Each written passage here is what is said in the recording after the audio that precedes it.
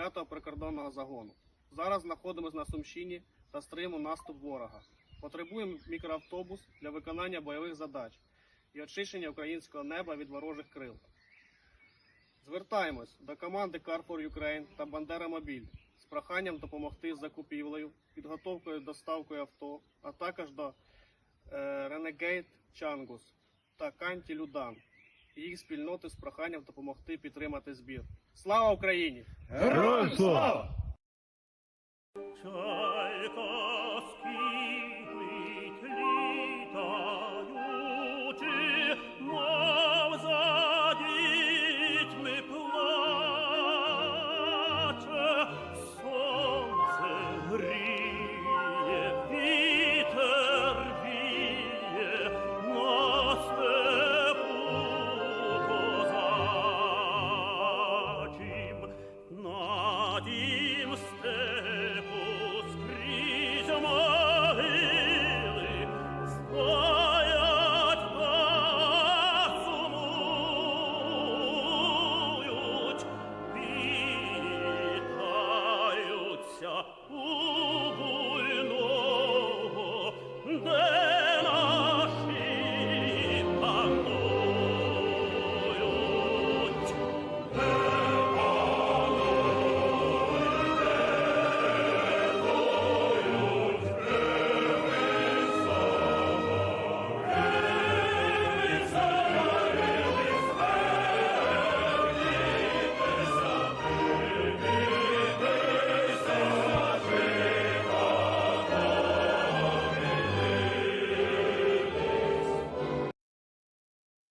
Good evening, everybody. Happy Sunday. Hope you had a good weekend. The little bit of the time I spent in the heat today just wiped me out, so I am fighting the Sandman, trying to stay awake. So forgive me if I zone out in this stream.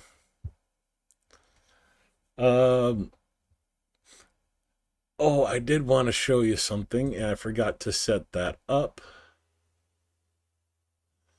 So, come on. So there was a nice little comment on my live stream yesterday.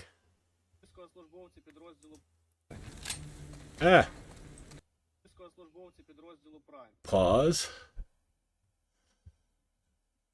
So Elizabeth Melathin says this guy is going to get you 6 feet under the Piano Man. I'm not sure if that's a troll or not. You tell me.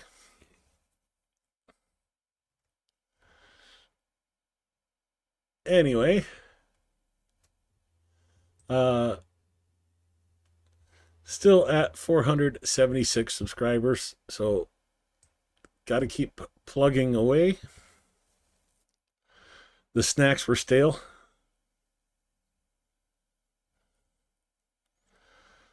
Oh gosh, Adam, I was like zoning out for a while there.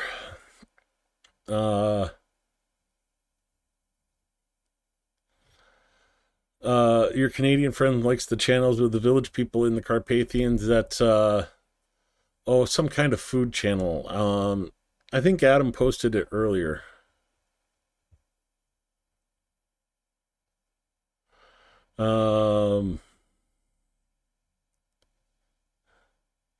Eugenia in Ukraine, yeah, that's an interesting one.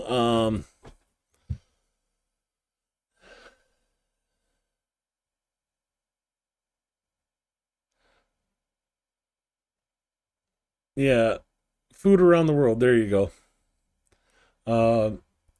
No talking in it, just her cooking, and some delicious looking food.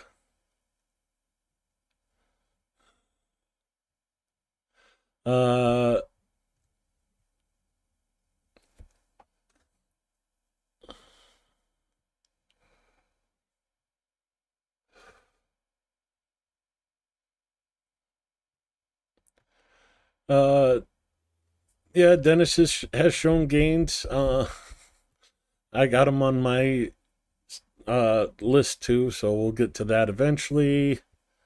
It's not the same channel. It's a good channel though. Oh, the one I'm thinking of though. So yeah, YouTube channels. Come on, YouTube. Luba.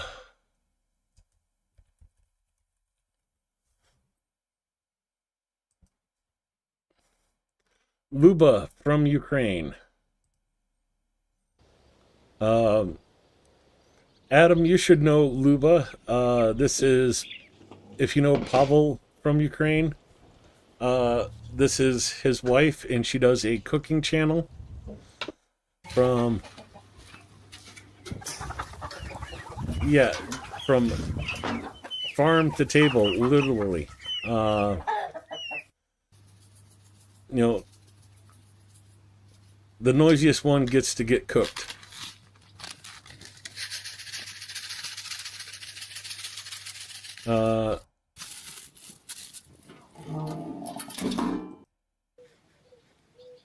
Oh, kebab mushrooms.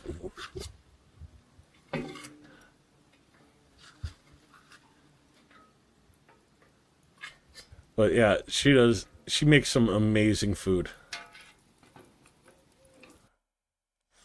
But Luba in Ukraine is one of the people I watch.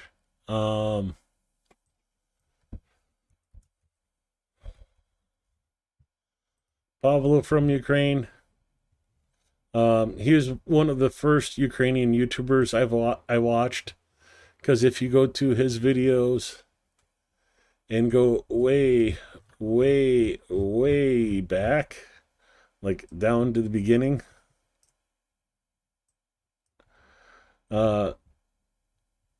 before the full-scale invasion, 4 years ago, he was starting out as like a Ukrainian travel blogger and did a bunch of videos on Odessa, sunset over the Black Sea, village in Ukraine, again, all before the war started. $15 a day in Odessa.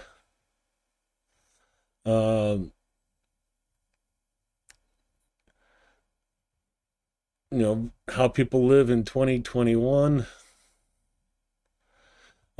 Ukrainian thrift store shopping. McDonald's review. I mean, he did some cool videos, and I was just starting to get into his channel when the war kicked off. And then this video here has a special place in my heart, because this is the video where I started thinking about moving to Ukraine.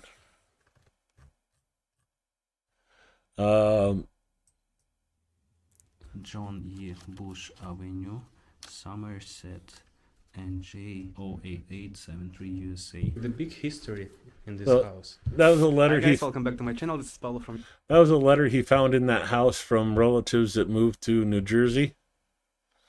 But yeah, they had this house and this property here, for sale gathering for pears. $3,000. Here are the pears tree. That one or this? Ah, yeah. So This pear tree. tree in the front yard. So this is the building. It's not small. Сколько тут квадратных метров, ты не знаешь?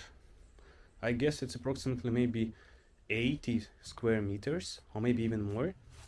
Later we go inside, and you can see how many land they have. Backs right up to the hill. Plenty of fruit trees throughout the yard. An old shed that's falling down. Behind the house, there's a summer kitchen.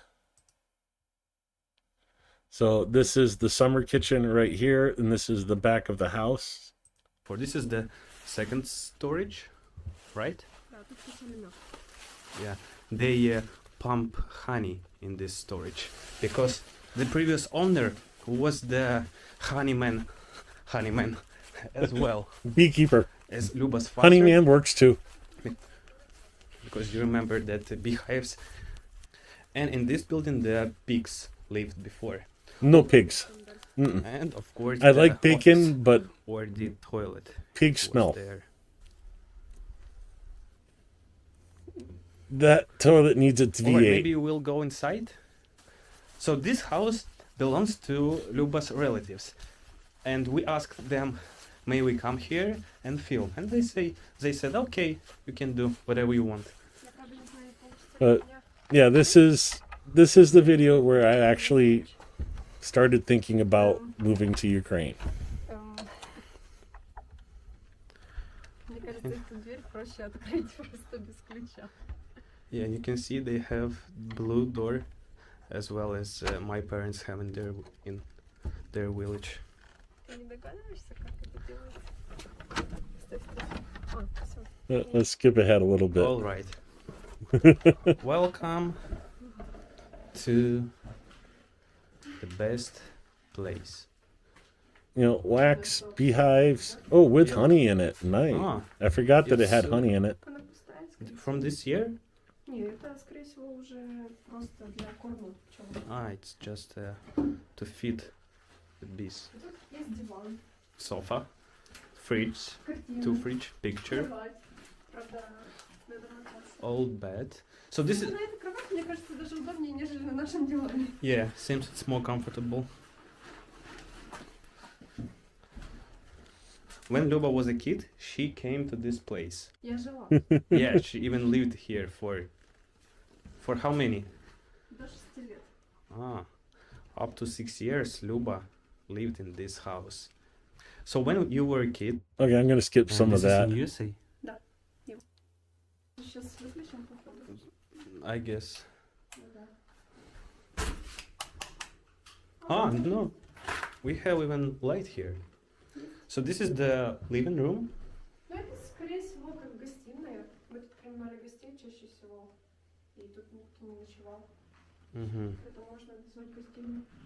В основном тут были за столиком. Mm-hmm. A living room, kind of a dining room together.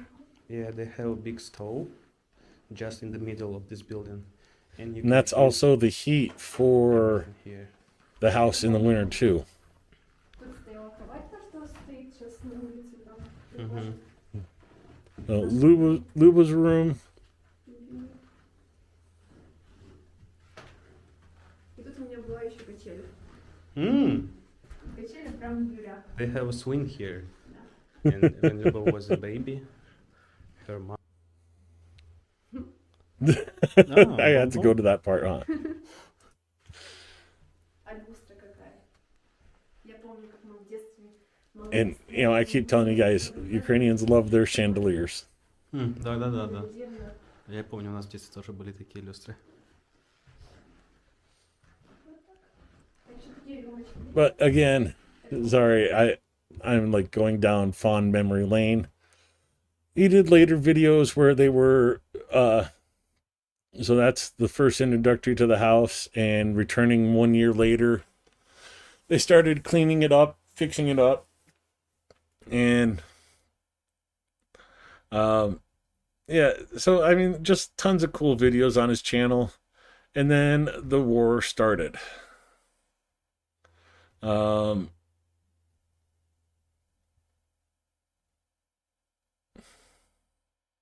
You know, there's some more of the house restoration. Oh, here's another one. These houses cost less than $500. So We are going to visit the house. Yeah, it seems it's bigger now. Тут же ж стояла кровать якась. well, this is an abandoned house up in Але таке відчуття, що я тут ніколи не був якось, ну, в плані. oh, what is it? Все нове для мене. Zhytomyr region. Ні обої, ні тюлі, ні дивани. Я пам'ятаю, якось Oh, тут мало місця вроді. Her cousin's house. Да. And it's for sale it was for sale for І $500. тут кровать, диван. It was like, Диван. oh shit, I could go there pretty cheap.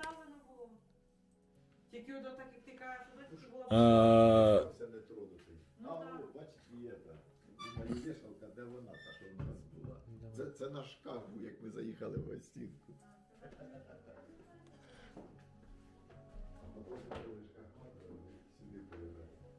Well, pretty much the same layout in most of the village houses in Ukraine.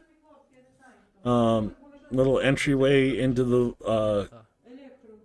like a dining room, living room area, and then bedrooms off of that. Да, ні води, ні туалета, нічого немає. But 1400 хат, скільки з них пусті? Більше половини?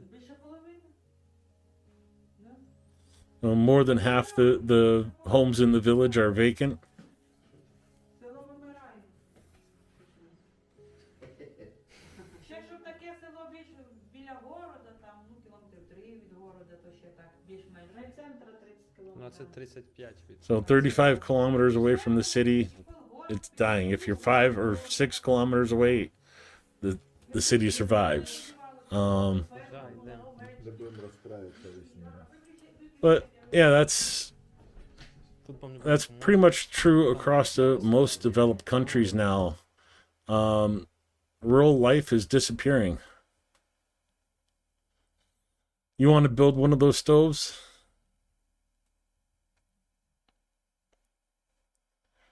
No.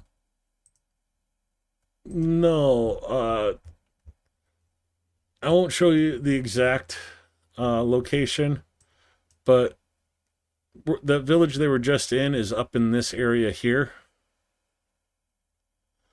So far away from the invasion so far. You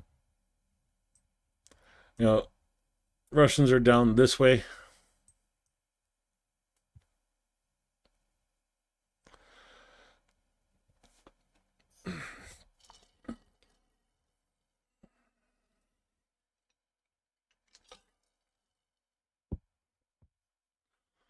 And the nice part is those stoves are all usually brick. And so you light the stove, throw a couple pieces of wood in it, let it burn, and that will stay warm and radiate heat into the house all night long. LJ in the house, our goat cooker. But yeah, even in Ukraine, rural life is dying off because the jobs in the city just pay so much more. It's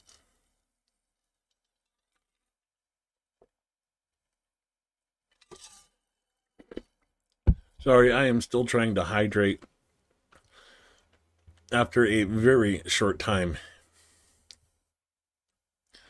Heading over to the air raid map, you see a lot of the alerts have been clearing. All of Ukraine was under alert for quite some time.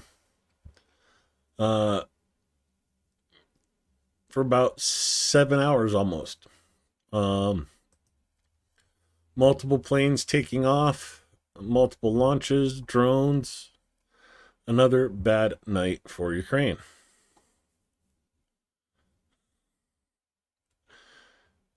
Yeah, no fair lurking. We need to see you and your lovely mom jokes. We missed the mom jokes, LJ. Anyways, before we get into the report, let's go over the Summer Sunshine Fun Time fundraiser with Renegade Chungus and myself. 80 donations. We've raised 3,102 euros.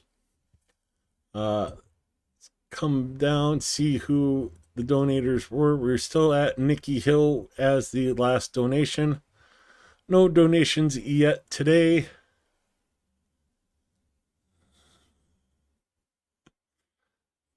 Yes, please do hit the like. I appreciate it very much. So, of course, we are fundraising for the 5th Border Guard Detachment in Sumy, aka also known as the Prime Unit. It's we're raising for one van to be equipped with anti-Shaheed systems, electronic warfare, as well as a gun mount to shoot down the drones. This unit is very active. We've seen many of their videos before. If you're on Telegram, you go to Canty Center, hit the search button, and Prime unit.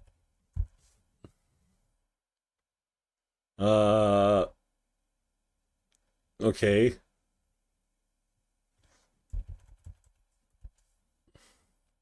There we go.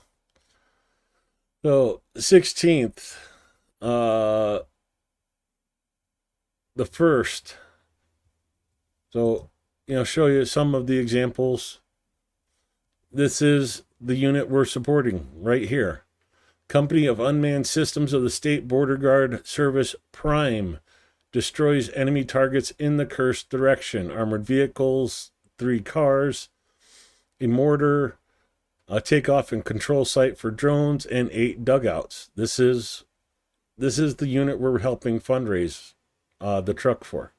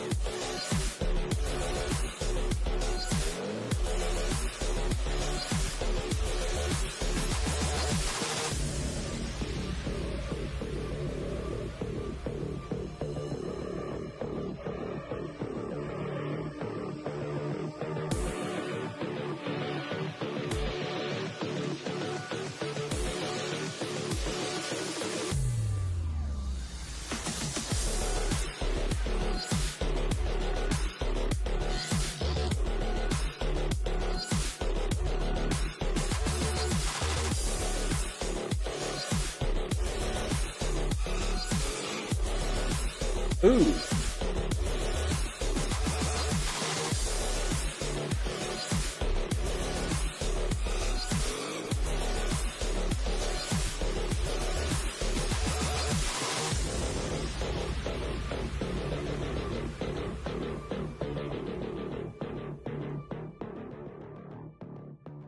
So obviously these guys know drones, know how they work, and are asking for our help to get this van so they can take down the Russian drones as well. So if you can help, please click the link pinned to the top of chat. I'll send it again in chat as well. Yeah. What more can you say? Border Guards of Sumi. You see the work they're doing. We see it. Their videos pop up from about twice a month. They're out there doing work and sharing it. So we will see more of their videos as time goes on. Heading back over to the air alert map. Drones in Venezia heading towards Zhytomyr. And we move into the operational information as of 8 a.m. regarding the Russian invasion. As always, the report starts with glory to Ukraine. The 1,250th day of the large-scale armed aggression of the Russian Federation against Ukraine has begun. Ukrainian defenders are steadfastly holding back the onslaught of the occupiers, inflicting significant losses on the enemy. In total, 153 combat clashes were recorded over the past day. According to updated information, the enemy launched 2 missile strikes using 28 missiles and 62 airstrikes using 124 guided bombs. In addition, Russia carried out 5,754 artillery strikes. 51 of those were from MLRSs. And they used 3,927 kamikaze drones to cause destruction. The aggressor carried out airstrikes in the areas of the settlements of Bilogria, Orhiv, Sechirabaki in Zaporizhia, and Odro-Kemianka in Kherson. What 4 cities listed for 124 guided bombs that Russia launched? They're trying to level every city in their way.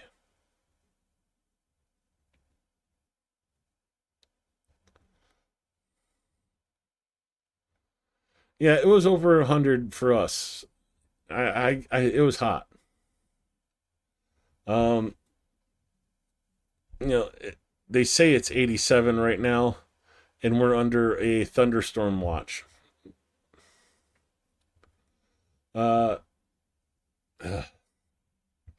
Over the past day, aviation, missiles, troops, and artillery units of the Defense Forces of Ukraine hit 1 artillery piece and 1 ammunition depot of the enemy. Going into the individual directions and the deep state map, zooming in to the North Slobodansk area, Kursk, Sumy area. Ukrainian soldiers repelled 9 attacks by the invaders. The enemy also launched 8 airstrikes using 17 guided bombs and carried out 337 artillery shellings, 10 of which were from MLRSs.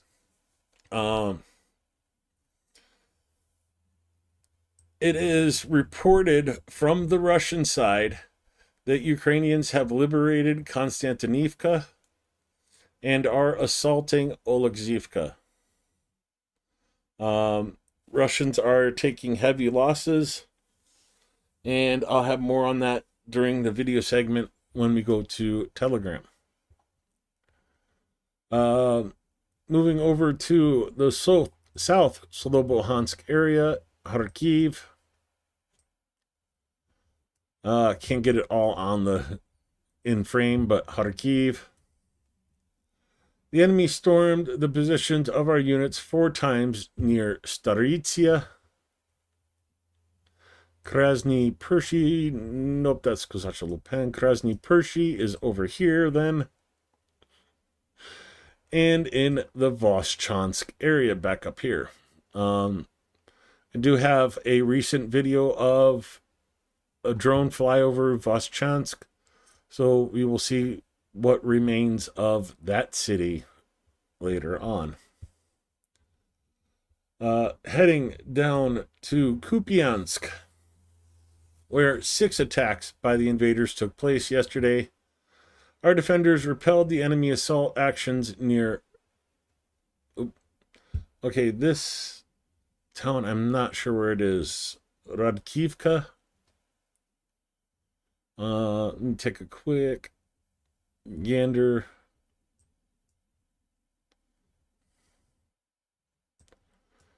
Oh.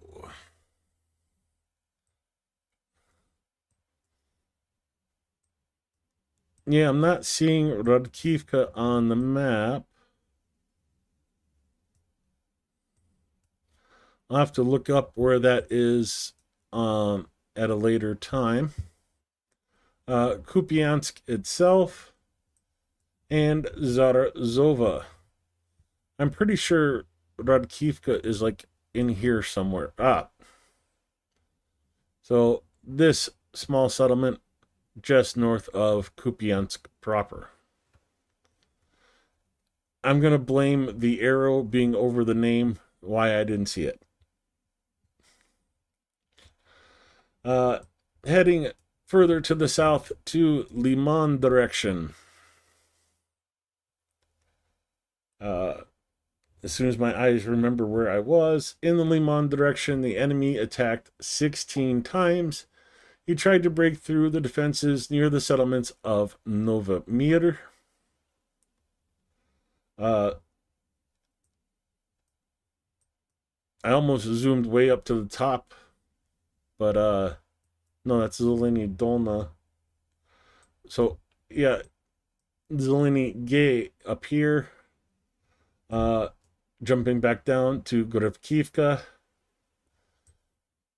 Chandra Golova, Kolodazny, Karpivka, and Torsky right next to Zarichny right here.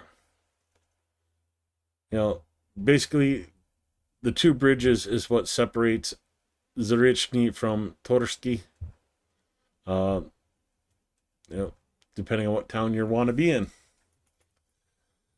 Heading down to Servisk. The enemy made 2 breakthrough attempts in the Gorivka area in Servisk. They're making Russia is starting to make little gains in this area, and towards Verkno-Kumansky, and also towards Ivano-Dorivka. You know, Russia added 160,000 more troops to the front lines in Ukraine this summer, and we're definitely seeing the effects of that. All Ukraine can do is whittle them down, attrit them out, and keep them from gaining as much ground as possible.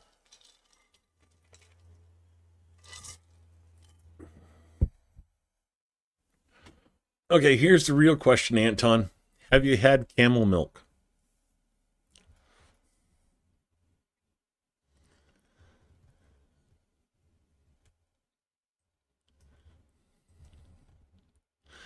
Moving over to Kramatorsk. The enemy twice unsuccessfully attacked the positions of the defense forces in the directions of Pretechny.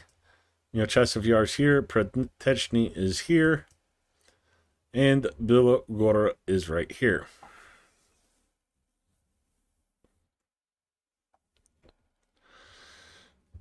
It's different. I'll just say that.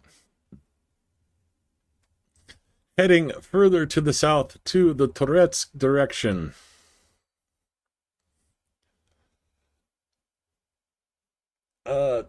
The enemy carried out 3 attacks in the areas of Toretsk itself, Alexandro Kalanovo.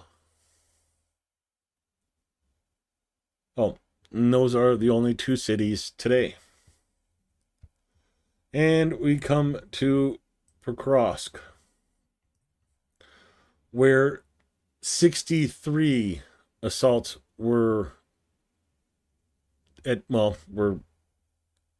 took place yesterday. Pokrovsk right here, and the first area is Poltavka up here. Volodromivka, Novotoretsky, Novoekonomishny, Lysivka, Novoukrayinka, this small settlement right here, Pokrovsk itself, Zyrozova, Udashny, Kotine, over towards Novopavlivka, coming down to the south, Olegzivka, and then jumping up. Well, I'm going to skip Rodinsky for right now. Moravka is here. Novo, I do not know where Novo, there it is. Novopidgorodny. Novopidgorodny. Pidgorodny. Novopidgorodny. Okay, I got it. Right there. And coming way back to the east, Rodinsky.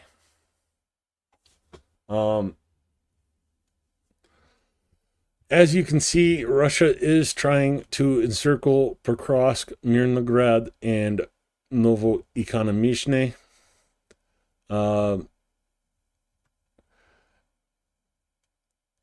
It's going to be a tough fight in the next weeks, months. Oh, get out of the way. Pavlograd, Dobropilya, Pokrovsk. So, Pokrovsk is a fairly urban town, about the same size as Bakhmut.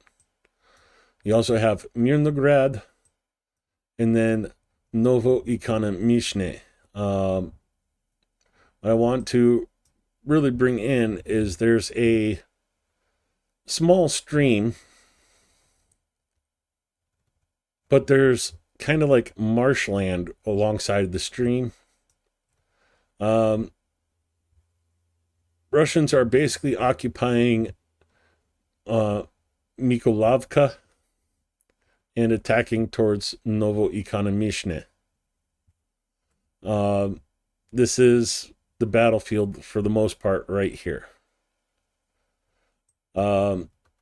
This is pretty much the last defensive line before Mirnograd. And then come up to Rodinsky. Oh, I lost track of it. Rodinsky. It's kind of protecting the supply route. Ukrainians are in control of Terakon is what the word is in Ukrainian, but it's basically the slag pile for the mining operation here. It gives them a good overview.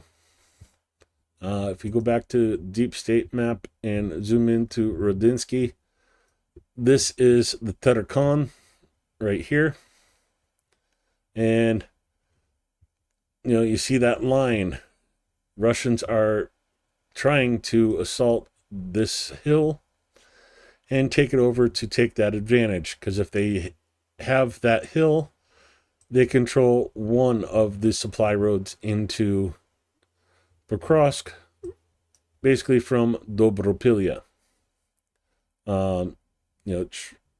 Right past Rodinsky into Pokrovsk. If Rodinsky falls, that just leaves this supply line here. And that is within drone range from here. So, but here's the catch. Russia does not want to do an urban assault. Toretsk, Bakhmut, even going back to Melitopol, they don't want to do urban warfare anymore. They lose way too many people doing it. And if they have to do a urban assault on Pokrovsk and Mirnograd, that's basically going to end the war for them. The losses will just be way too high. The trick for Ukrainians is keeping the supply lines open, holding Rodinsky, holding Novoekonomishne, and while they have been fairly successful in keeping Russia from advancing in this area, there is more talk of troops from North Korea going to Russia and fighting in the Sumy area, freeing up Russian troops to come down and attack in Pokrovsk. So it's going to be a very precarious situation in the coming months. I'll just say that. Moving on from Pokrovsk to the Novopavlivka direction. The enemy carried out 12 attacks near the settlements of Thermivka. Down here, there we go. Jumping way back up to the top. Tolstoy. Novokazatsky. That's so tough to say. Mirny right here. Zeleny Gay up here. Oh, Novokazatsky right next to Zeleny Gay. I'm sorry if I skipped that one. Malivka. Oh, shoot. I forgot where Malivka is. There it is. And Voskreshenka right there.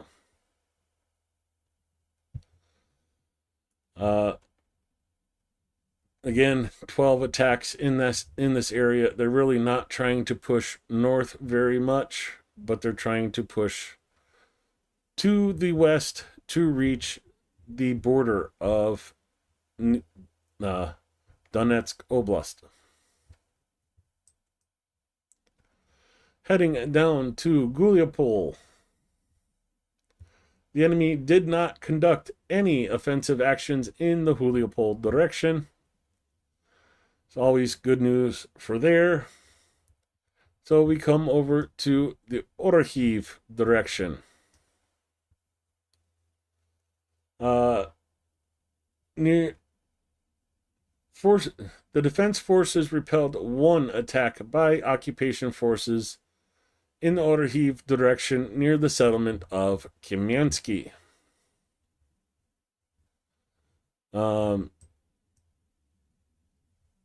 Unfortunately, again, Russia is making small gains here, trying to push up towards Zaporizhia. Thankfully, Ukraine is keeping them to small gains, even despite the high ratio of being outnumbered in that area. In the Dniprovsky direction, the enemy attacked the position of the defense forces 10 times over the past day. Significant increase in the number of assaults in this area. It doesn't show where, but let's jump down. Oh, where's the images? No images for today. Okay. One day I was going to go to the images and they don't got them. In the Volyn and Polizia directions, no sign of the formation of enemy offensive groups have been detected. I want to zoom back in here. And, Russians have been making some gains in these islands in the north, across from Ivanivka, north of Kozachi Liri. It's basically been... That's basically their gains, Russian gains, since they retreated across the Dnieper River back in 2022. Is this right here.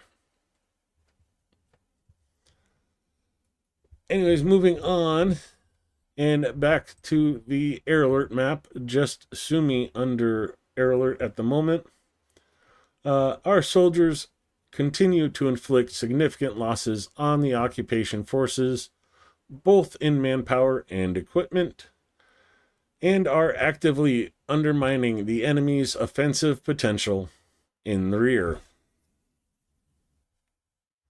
Goes into the losses for today. We'll cover that with the graphic. And we end the report with join the defense forces, Razom Peremozhemo, and of course, Slava Ukraina. No, I'm not eating fresh wasabi. I don't care. That does not taste nice. In large quantities, wasabi does not taste good. I will tell you that much right now. If you want to know why, I'm not much of a sushi person. I went to a sushi restaurant with some friends, and I thought it was guacamole. enough said. Let me hop over to the losses and go back and...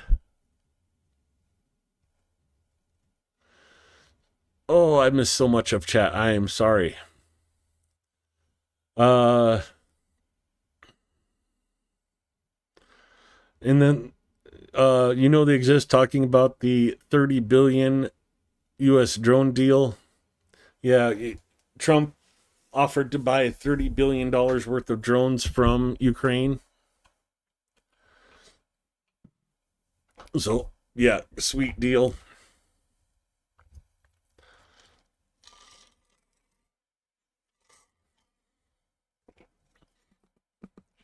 Nura likes big cities, but they're too expensive. I get you there.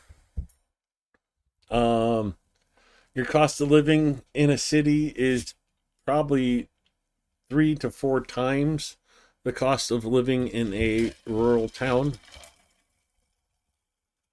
Oh man, and that made me have to pee.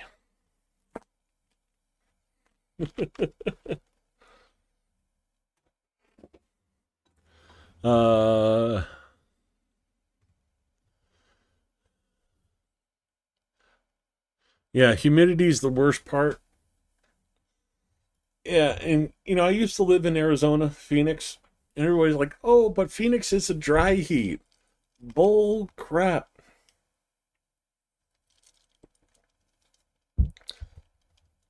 You know, Minnesota's like the land of 5,000 lakes or something like that. Phoenix is the land of 10 million pools. You know, probably half the houses in Phoenix have a private pool in the backyard. So it's pool, no pool, pool, no pool. And it's that throughout the entire Phoenix area. Then they added Tempe Town Lake. Yay! More water, more humidity, dry heat my left.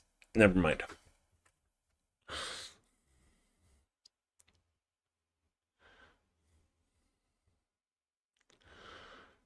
How'd we go from goats to camels? Just asking.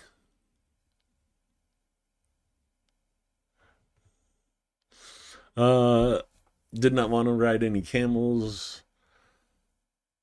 Okay, I'm going to have to cheat here a little bit. I got nature yelling and screaming at me. So I'm going to play the Worm Busters video before I pee myself. So who you gonna call? Worm Busters.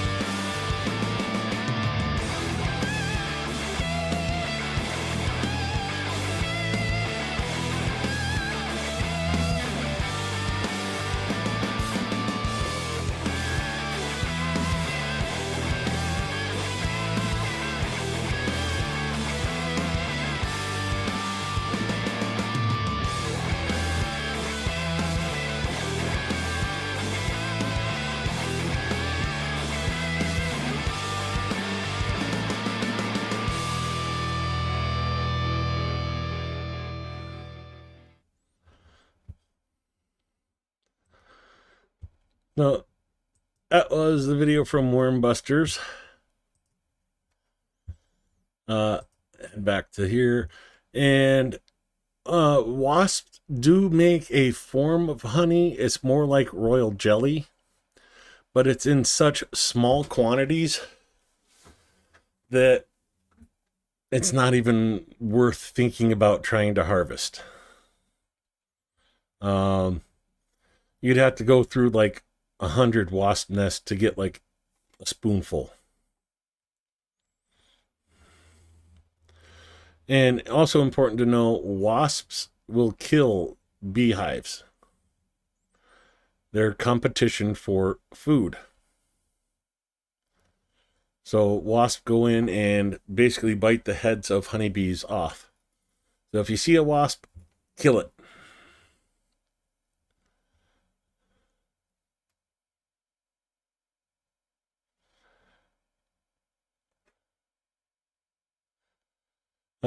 Sherlock, the very expensive sushi restaurant I used to go to, the chef would have fresh root of wasabi and grate it up.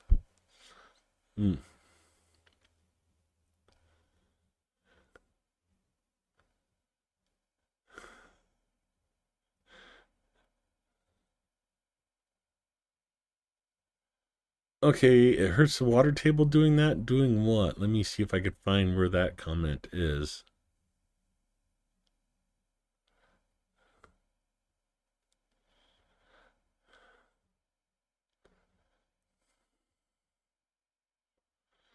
Oh, you can make fake honey. You've probably eaten some of it every day if you buy from the stores in the bottles. Natural honey crystallizes, and that's not good for products that sit on a shelf waiting for somebody to buy them. So I shouldn't say it's fake honey, but it's like diluted honey. Hyper processed, heated up, watered down, and then they evaporate the water off to get the right water percentage, and then they bottle it and put it in the stores for you to buy. So if you ever get honey that crystallizes, say thank you to the people that sold it to you, because they sold you real honey. And all you have to do to get that to become liquid again is put on a double boiler, put the bottle in the water, and let it boil for 15 to 20 minutes. And then you can poach eggs or whatever you need to do in the double boiler.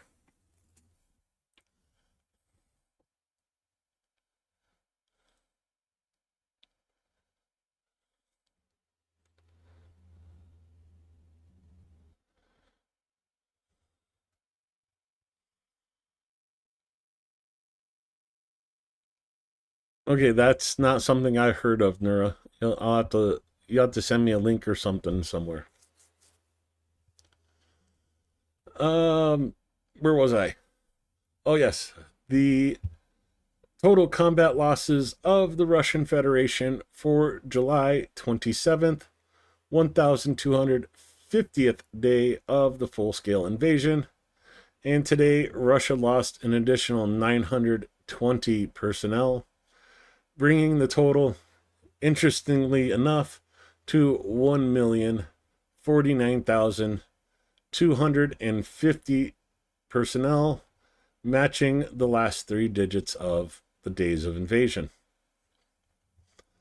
1 tank, 4 armored personnel vehicles, 10 artillery systems, 1 MLRS, 199 bottles of beer on the wall, or UAVs in the sky, not anymore, 11 cruise missiles, and 122 vehicles.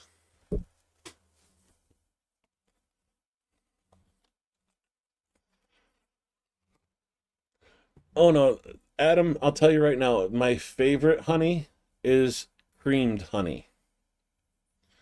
You basically take honey, you put it in a mixing bowl, preferably one of those automatic mixers, and you let it sit there and whip and whip.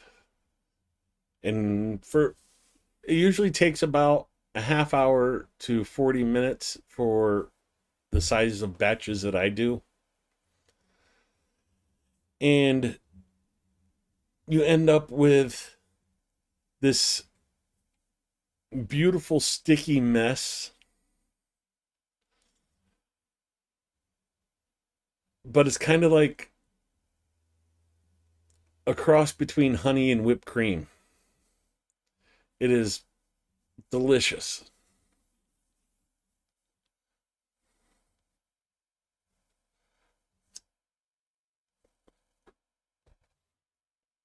Yeah, I'll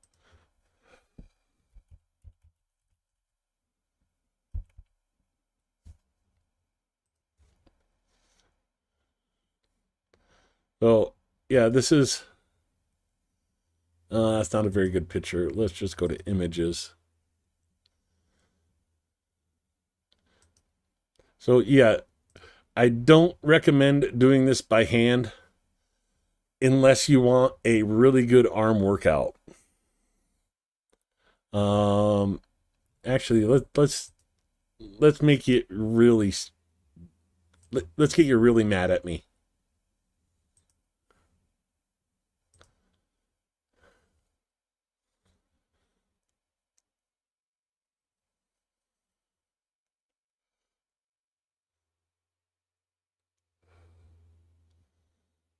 So yeah, a lot of time was cut out of that.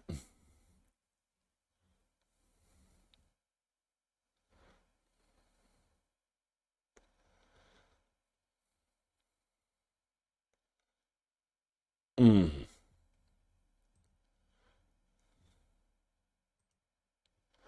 Uh, The first time I heard of and tried whipped or creamed honey, it was at a farmer's market in Tasmania. The owner gave us an insight into their beekeeping practices and we tried a bunch of samples. Since we decided to buy their regular honey, I decided to whip it today. So for this you're going to need raw honey. There are a lot of local options available, so make sure it's good quality raw honey. You can use a stand mixer or an electric whisk and whisk it for about 10 to 15 minutes or until it doubles in size. I like to use it in my coffee, add a little bit of salt along with espresso shots, ice and milk, and you get the most delicious salted honey coffee. You can also enjoy it on toast with butter and some fresh whatever. But yeah, creamed honey.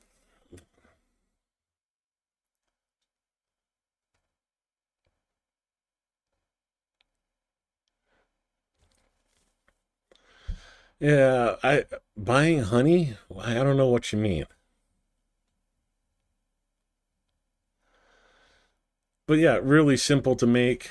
Again, you need raw honey for it to work. You can do it with store bought, but it takes a while.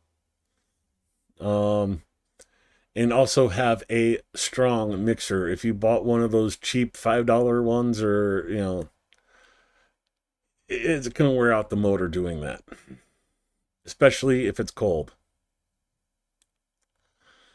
But oh, so good. The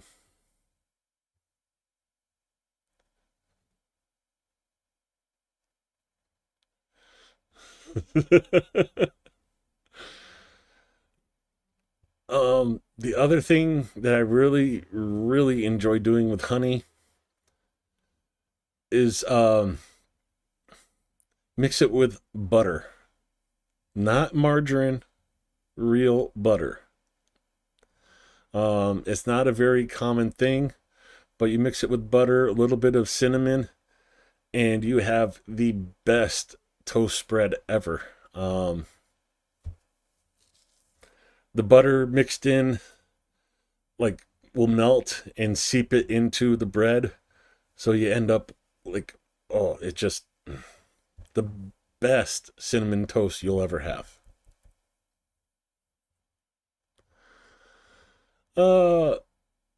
Thankfully, I just ate, so I'm sorry.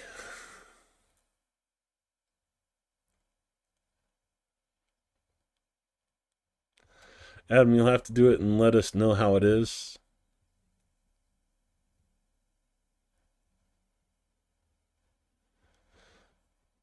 Clover honey's pretty good. I have probably 360 acres of alfalfa around me.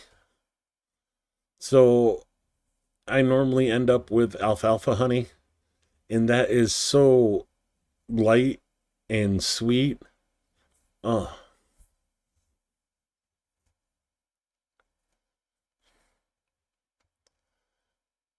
Yes, I keep bees. Um, and Adam, I am definitely going to have to email Pablo and ask for a tour in person. So hopefully I can get a good video of that with Pablo. If not, I'll find another beekeeper and do it with them.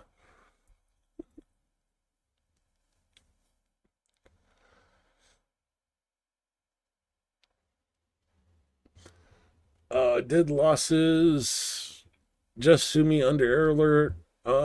We have to go to Zelensky's Telegram channel. And unfortunately, no speech today. But he was out visiting the, it's medical professional day in Ukraine. Well, yesterday at this point.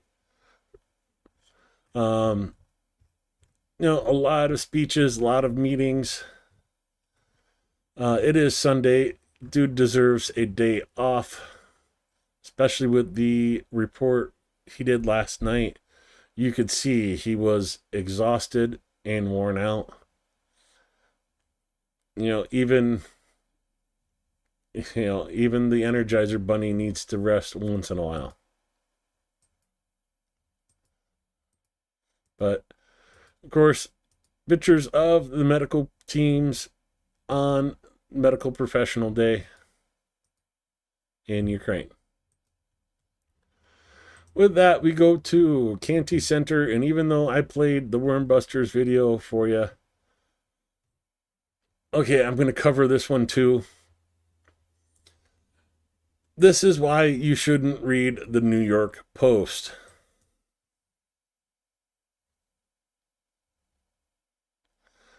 For those that are just listening in, possibly hostile alien threat detected in unknown stellar object. A shocking new study claims. This is on Fox News. Must have been a slow news day. But yes, according to New York Post and Fox News, aliens will attack Earth in November of this year. Astrophysicists are sure of it.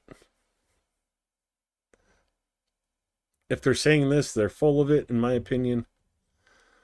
Scientists have recorded a strange interstellar object about 24 kilometers in size, larger than the entire island of Manhattan. According to them, it could be a disguised ship of another civilization with hostile intentions towards us.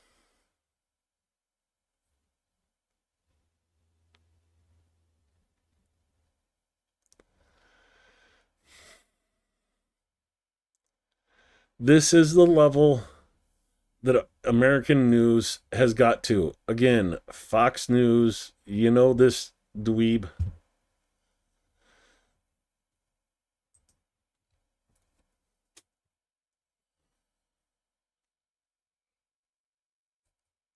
All I can say is we'll make great pets. Just to give you an idea of how bullshit the whole aliens invading Earth is. Map of the solar system.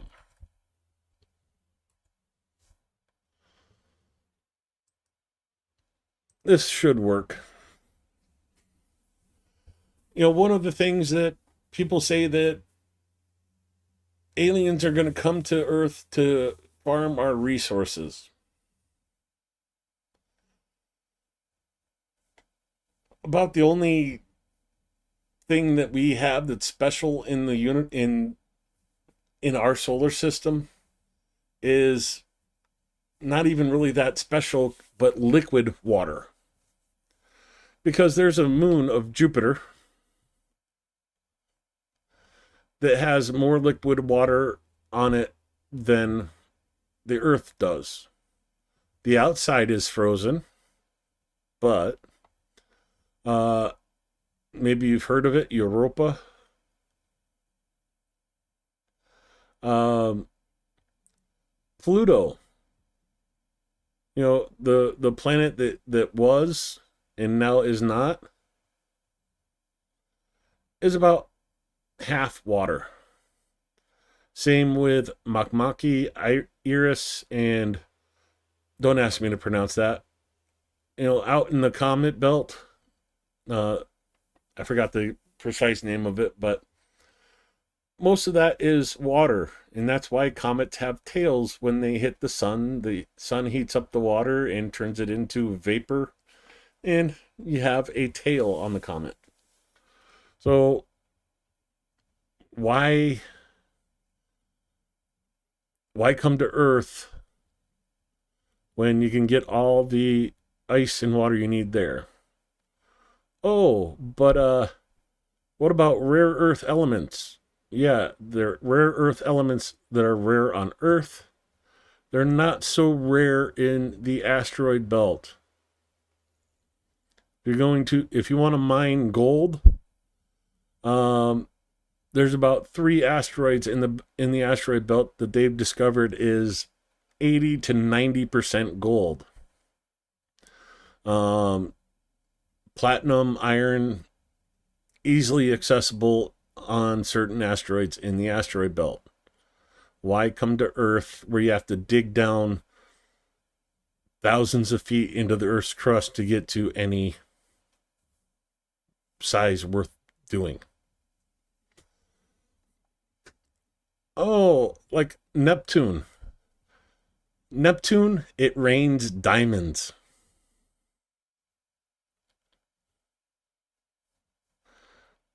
Yeah, he's just a little behind.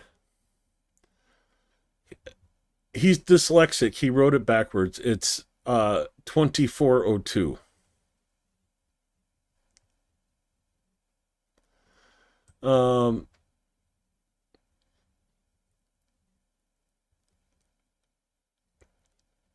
The whole colonizing Mars thing is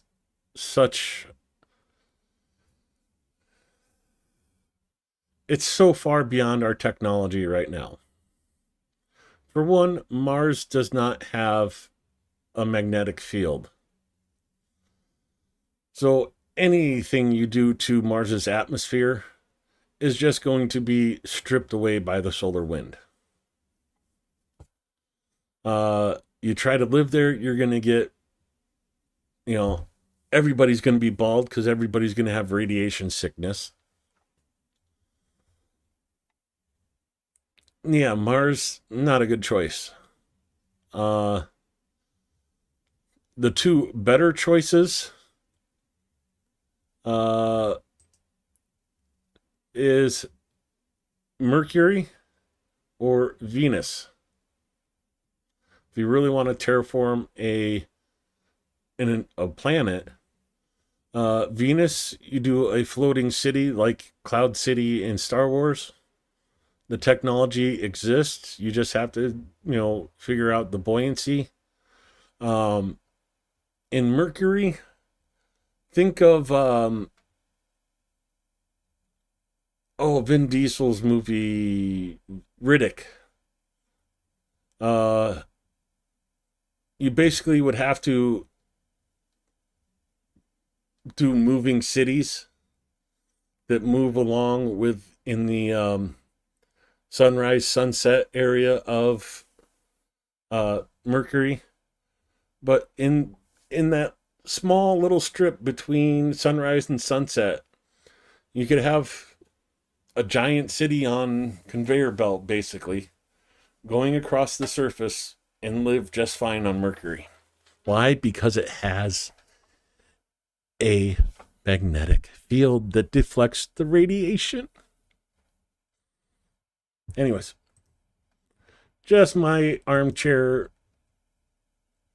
hobby version of things, but that's just me. Matt Damon brought back COVID. Yeah, Event Horizon was a good movie. But yeah, this is what our news has gone down to. Aliens are invading in November. Well, it should be an interesting birthday party for me in that case. At least Ukraine will be ready for the invasion. In the meantime, I'll go through and preview the rest of the stories and articles, videos, as we come back to the beginning of the day with the overnight drone report.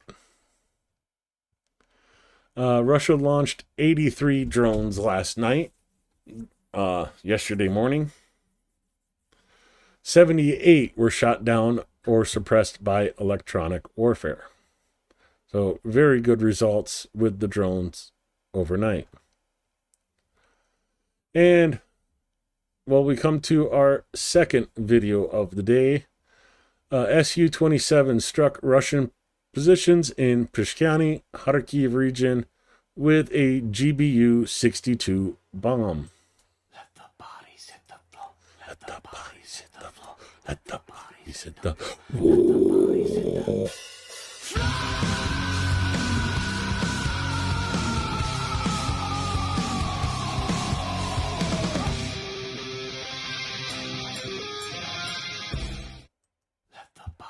the floor. Okay. Hopefully I don't get copyright hit for that one because I sang over most of it.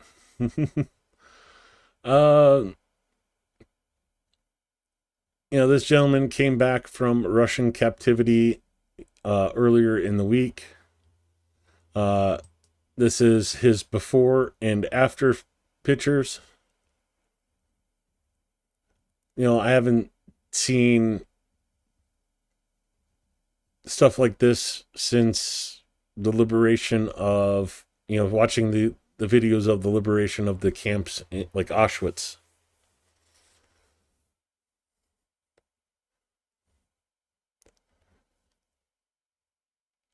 Tell me that's humane treatment.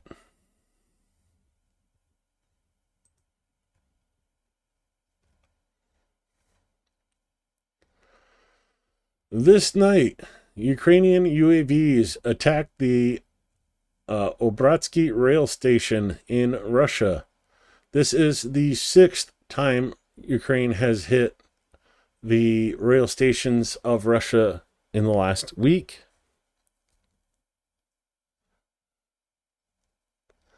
One of the main logistic lines of the Donetsk front and the south. This is the rail line that was hit. This was hit today. These are the past strikes. And this rail line down here.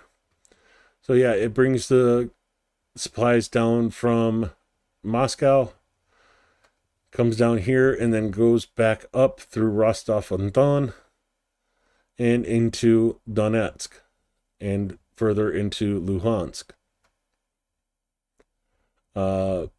501 kilometers from the front line to the latest strike. Still image, and from the overpass, the pedestrian overpass of the trains. I got more video on this later in the stream. Well, like right here. This is the result filmed from one of the rail cars.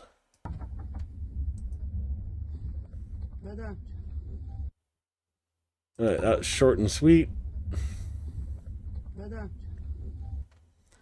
There are other videos. But we come to the report for the Russian. This is a report from the Russian side and the map for it.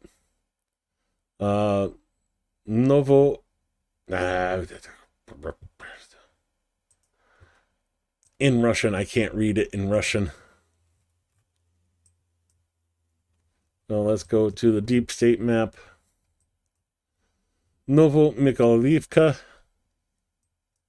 Andriivka, Kindrivkivka, and Oleksivka. Z Channel's report. Heavy losses and retreat of Russian armed forces from Kindrivkivka in the Sumy region. Belarusian Slovak reported the loss of almost the entire personnel of the 30th Motorized Regiment. Russian Vatniks also report worsening conditions in Oleksivka. So, be interesting to see the update soon on this situation. Exile Nova is publishing with a delay exclusive footage of the work of the Ukrainian Defense Forces UAVs on one military facility in occupied Crimea. The Titanic work continues daily. Hope you enjoy these.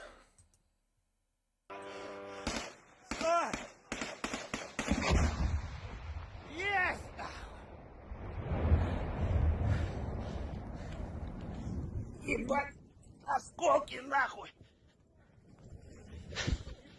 Ебать, посыпало нахуй! Еще есть!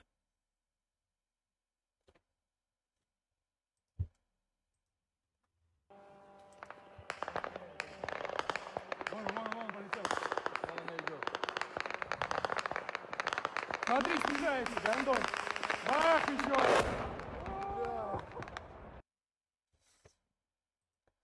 And yes, these are Russian videos of the drones coming in.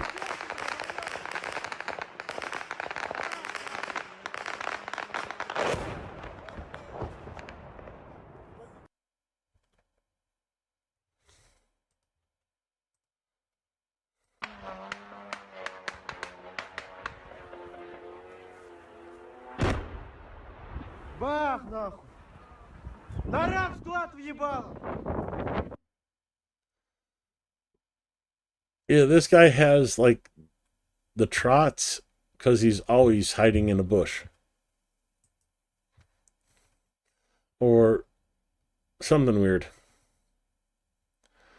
Reportedly, Ukrainian forces have made a new advance south of Zaporizhia as a result of carefully planned assault operations. The 1st Assault Battalion of the 210th Separate Assault Regiment advanced in the area of Kamiansky. Let me go down to that area, show you where they're talking about.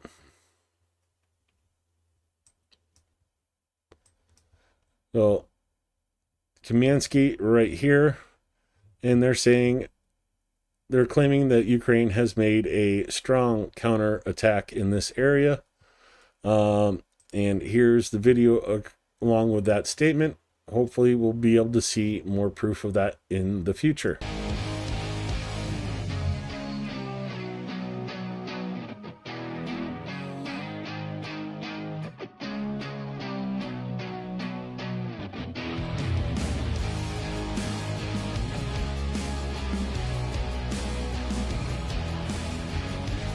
Good precision on hitting that basement, but doesn't. Yeah, I'm going to play the skeptic here a little bit. Video has nothing to do with an advance, so I wish we would have seen a different video with this, something more relatable to it. Hey Carrie, good to see you. Welcome. Oh, Matt German, welcome. I missed quite a few people, I think. I apologize about that. And we go to our next video. What happens to shaheeds in the waters off Odessa?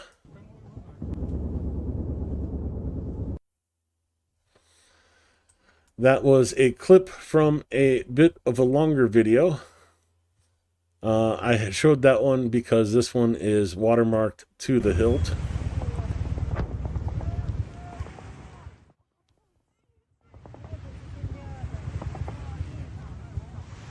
So, people just out in the beach enjoying their summer.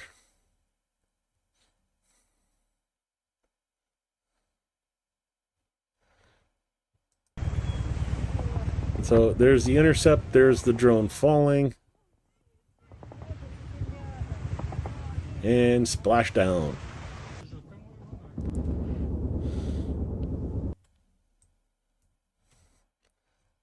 Coming back up.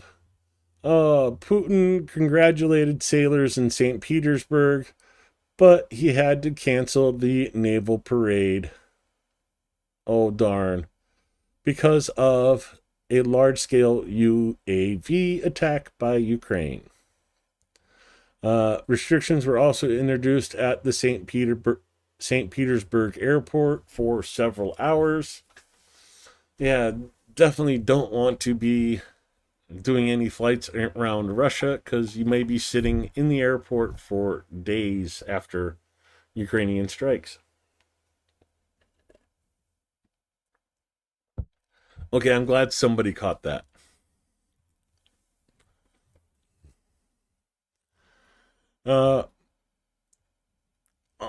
No context of where this is, but -1 Russian tank.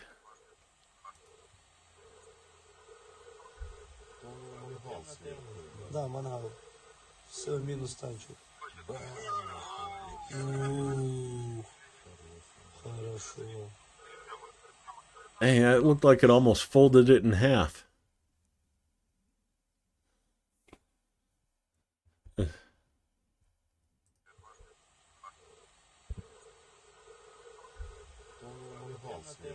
Да, мангал. Все, минус танчик. Хорошо. I didn't know you could play origami with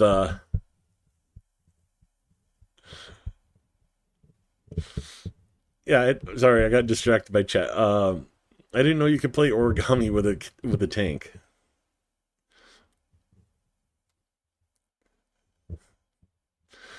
Anton, the St. Petersburg.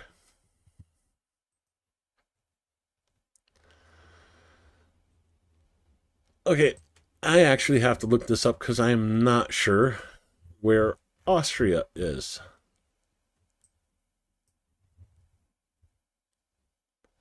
Okay, between Chechnya, Hungary, Slovakia, and Germany. Okay. Austrian foreign minister, and yes, when I first read this, I read it as Australian. I apologize to my Aussie friends. Austria foreign minister. It is clear that neutrality alone will not protect us against the backdrop of an increasingly uncertain global security situation and an increasingly aggressive Russia. Austria is protected by investments in our defense capabilities and partnerships. In principle, I'm extremely open to a public discussion about the future of Austrian security and defense. Although there is no current majority in parliament or among the population for NATO membership, such a discussion could nevertheless be fruitful. So, Austria talking about possibly joining NATO. And if you're wondering, yes, Europeans are, they know what's coming. They see what's coming.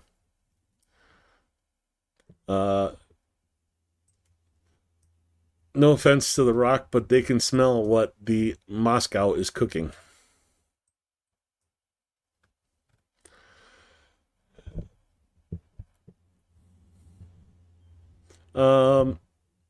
More video from the Russian side. This time, Ukrainian drones destroy a shelter with the Russian soldiers inside near Malinivka in Zaporizhia.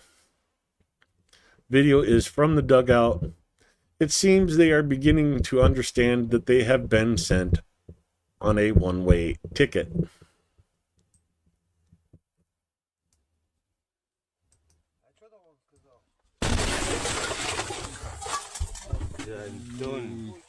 Я заснял это, прикинь. Сука. Охуеть. Прикинь, как он въебал. Надо было этот забирать оттуда. Фу, бля, здесь ничего не видно. Даже руку мы... А, видно чуть-чуть. You know, that's a smoke cloud Snoop Dogg would be proud of. But wait, there's more. Shit, my timing was off. Ах, блядь! Все живы? У меня аж руки нахуй отсушило, прикинь. Все живы?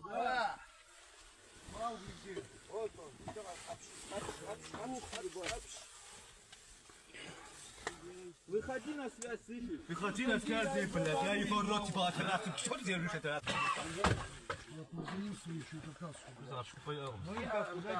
I doubt the Swiss will ever give up their neutrality. Отвечай, меня аж пальцы отсушило нахуй. Я думал, пальцы оторвал. Ракетная опасность. Nakui. Yeah, I know what that means. But yeah, if you ever wanted to know what it's like to be a Russian under Ukrainian drone attack, there you go.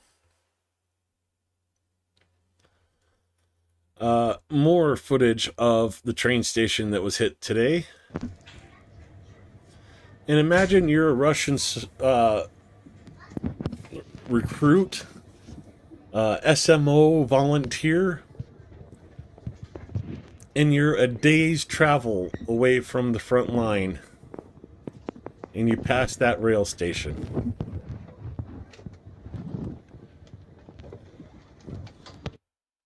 Yeah.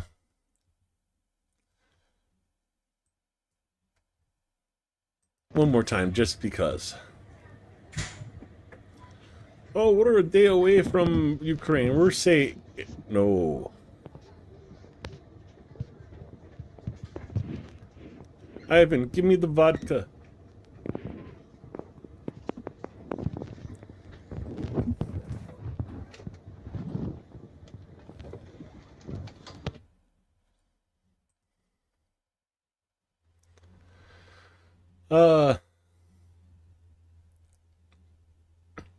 Russians tried to kill the commanders of top Ukrainian UAV units.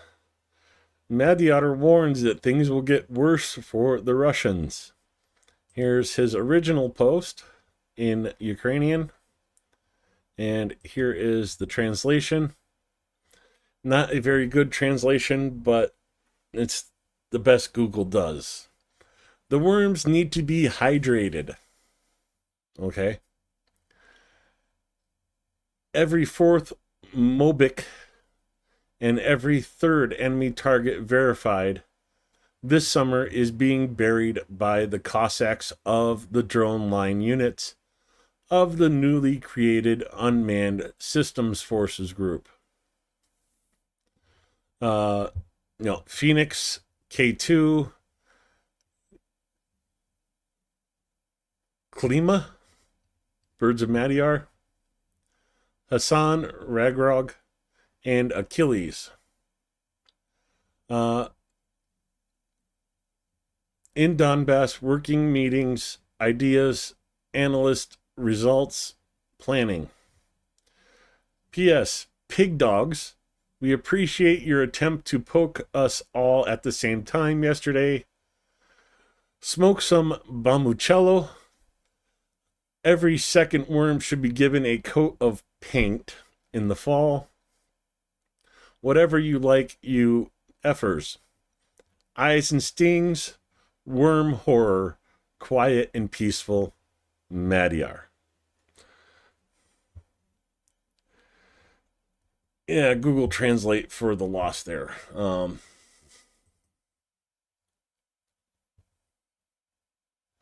Let me see if I can get a better translation.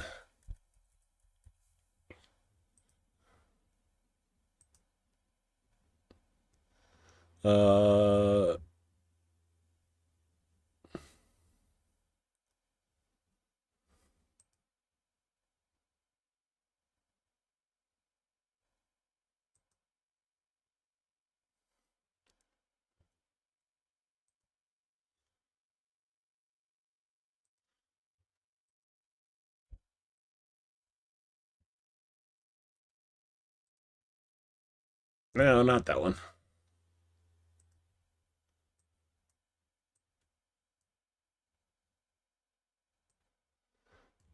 It doesn't want to drop over. Okay, I'll do it later. It's not that important, but yeah, Google Translate kind of.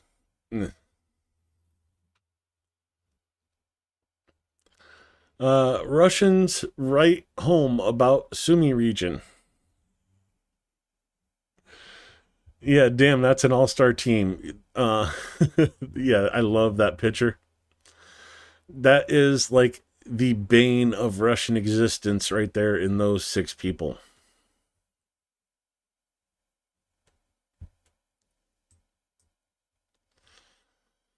Anyways, Russians write about Sumy region. There are very heavy battles in the Sumy direction. The enemy managed to occupy the settlement of Kondratkovka. The enemy transferred large reserves and is now storming Alexivka. Eternal memory to the men who held their positions to the last. To be a warrior is to live forever. Yes, this is from the Russian side.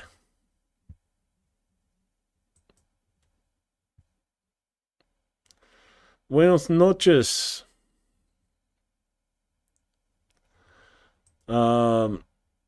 Achilles, K2. Oh, God. Of course, Magyar. So, I'm guessing Phoenix, K2, Magyar, Ragnarok, or Ragnarok, and Achilles. If we go to the original...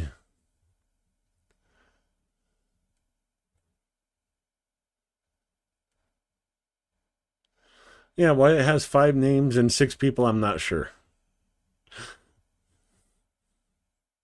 So the only one I'm not sure about is the 2 in the middle, or these 2.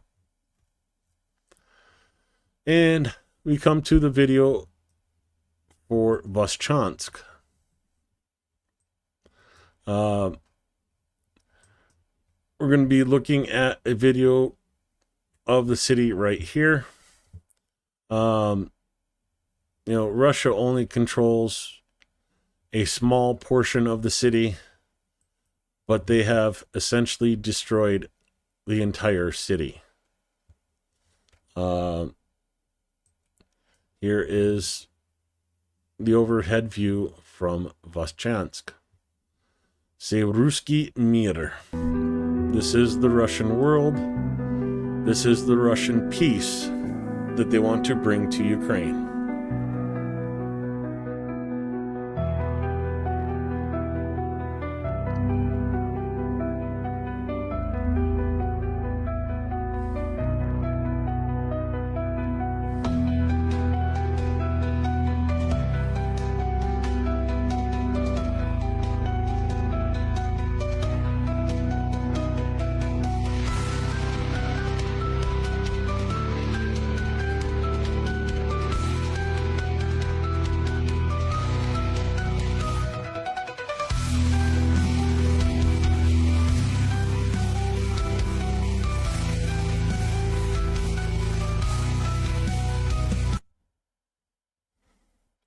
So you see the river right here coming back up this way.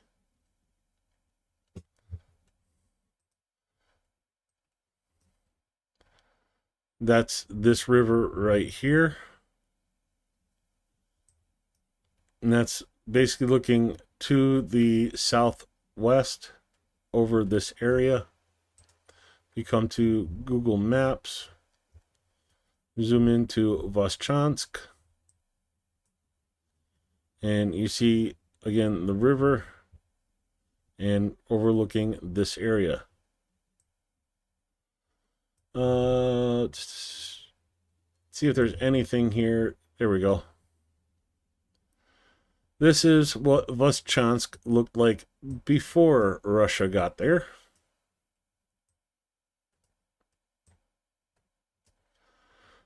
You know, I think we can even see this park in that video. So that park is right there. And we were looking at, yeah, this is the area, this block that's most visible in that video.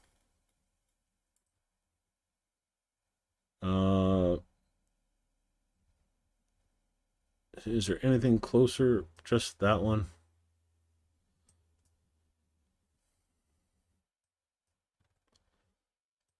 So that is the block of apartment buildings that we were looking at in the video. Right there. So we go back to the video. There's that block of apartments. There's that last statue we were looking at. Over here was the first one. And you see what is left.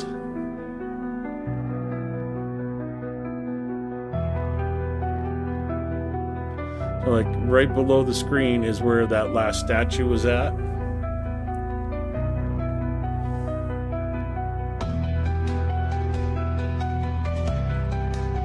The park to the south. Let me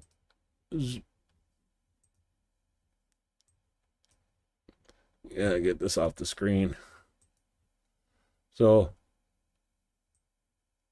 this area right here is this area on the map. And again, okay, it doesn't want to let me.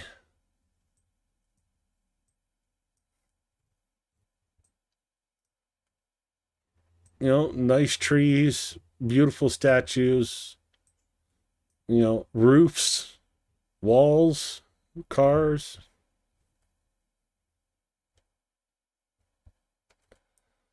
And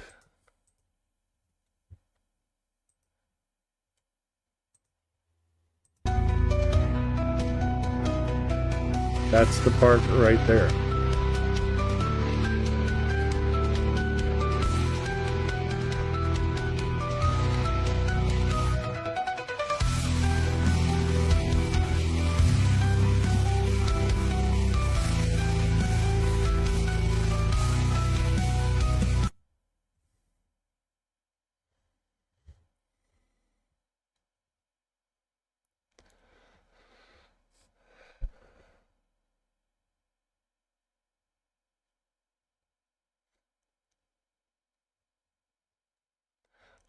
I think the biggest industry in Ukraine after the war is going to be people filming post-apocalyptic movies.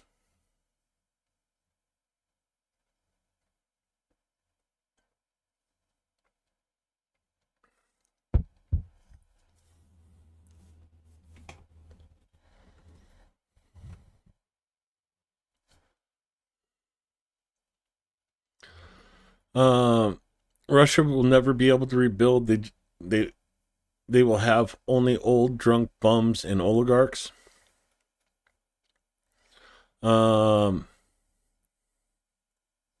Ukraine has the ability to rebuild.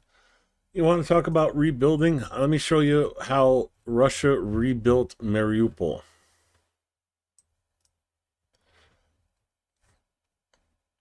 Mariupol.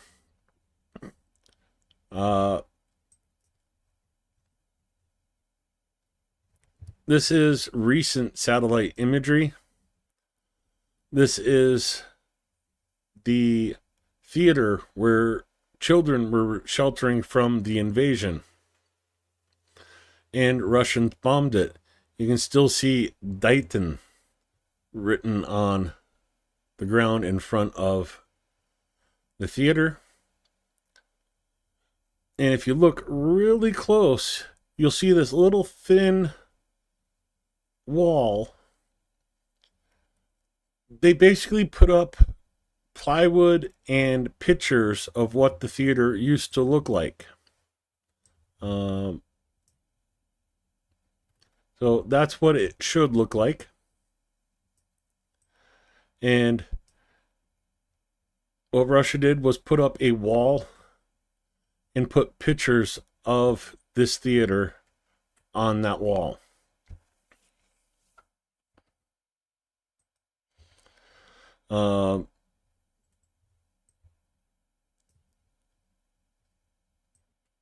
Again, this is what it should look like. You imagine that being replaced by a picture.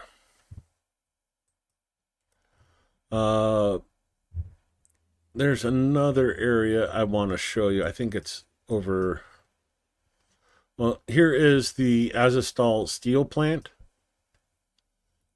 Still buildings destroyed, roofs missing. Yeah, this tank that was here is gone. Probably went to the front line. But if you come over here, oh,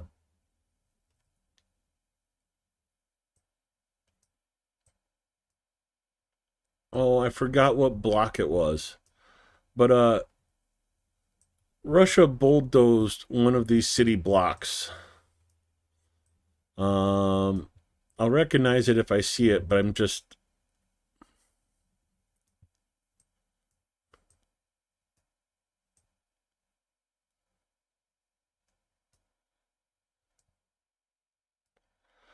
Oh, I think it was this one here.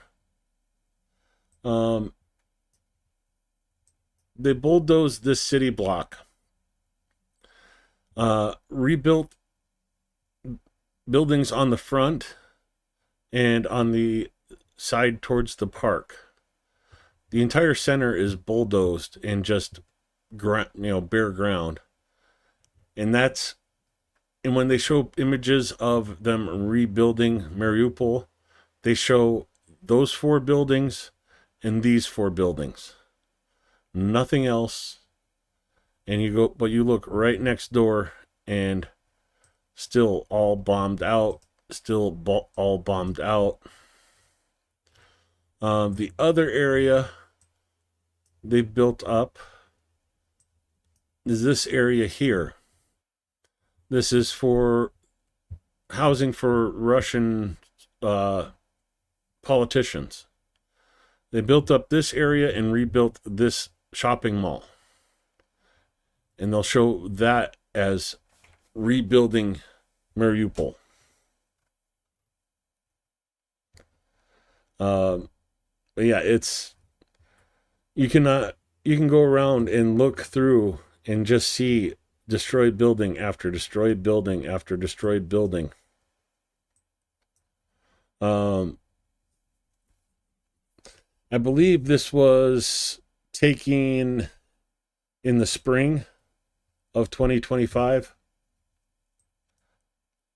I'd have to double check. But yeah, this is them rebuilding Mariupol. Greg Terry had another beautiful example on his video today, where a lady shows that one building that they show off that, yes, we've rebuilt. and then you turn around and there's still buildings without roofs, walls collapsing.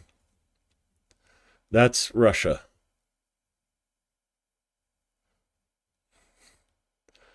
Don't feel bad for the moose.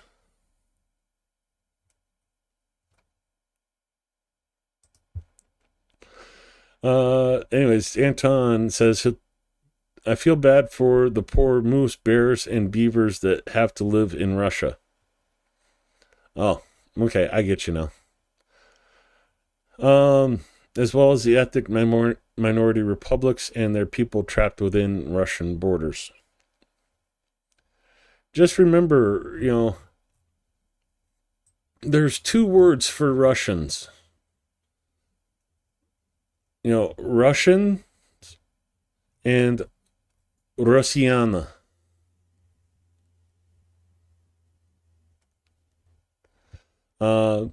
Basically, unless you live in this area between Moscow and St. Petersburg, you're not a real Russian.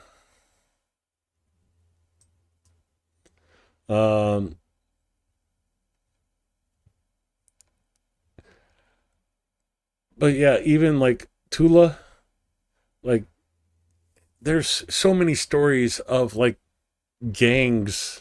It might as well be like a prison yard in the Russian training centers. Like the guys from Tula grouped together, the guys from Kazan grouped together, the guys from the Far East grouped together. And like the guys, there's one story of a guy from Tula always carries around a knife in the training center. And I forgot the other group that approached him. Maybe it was Razan or something like that. But a couple guys went up to him to ask him why he was carrying the knife, and he stabbed them because he thought they were going to jump him in the training center.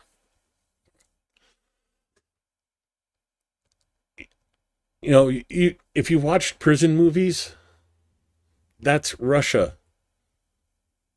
Russia has the mentality of prison gangs to their own people.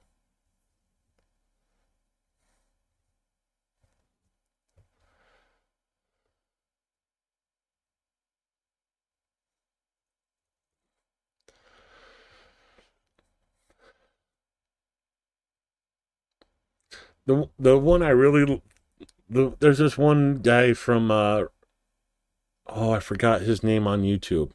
Young kid from Russia, vlogging, trying to make Russia look good and Moscow look good to American viewers. And he's sitting there talking about how great Moscow city is. He's just walking down the streets and what great nightlife we have. And about 5 minutes into the video, because he's speaking English walking through the streets of Moscow, some guy just decides to close fist punch him in the back of the head, yelled at him to speak Russian, and kept walking. Nobody stopped him. Nobody did nothing. Everybody just looked at him and kept doing their own business. Tell me that's not a prison.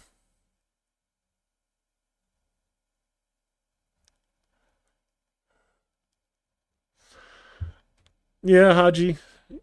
If you guys remember, I showed you that video last night. You can go back to it.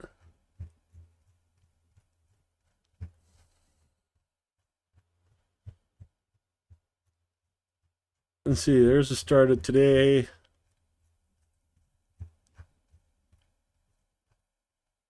There.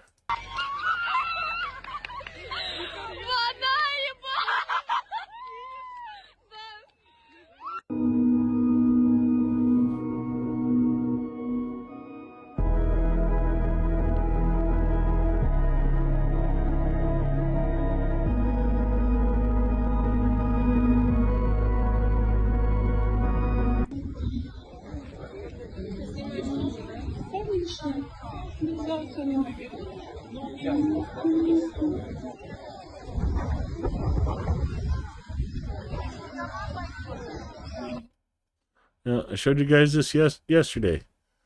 Go back even further, and it talks about the water only shows up every third day. That one water truck is all they get every 3 days. Oh, that's too far.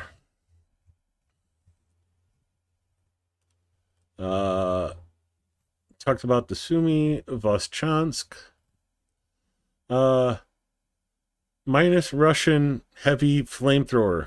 I can't pronounce that name, but I know it's one of those heavy flamethrower.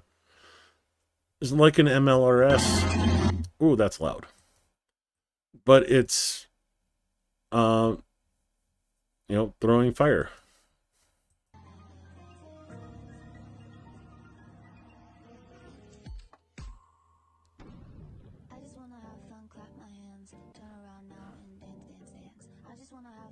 My hands, turn around now and dance, dance, dance. I just wanna have fun, clap my hands, turn around now and dance, dance, dance. Interesting choice of music. Oh yeah, Anton, you have to realize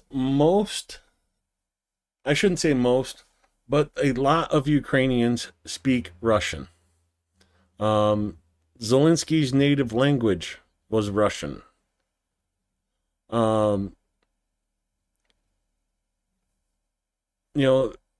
It's what it is. It's kind of like how most Native Americans don't know their native tongue anymore. They speak English. That's, 80 years of occupation under the USSR.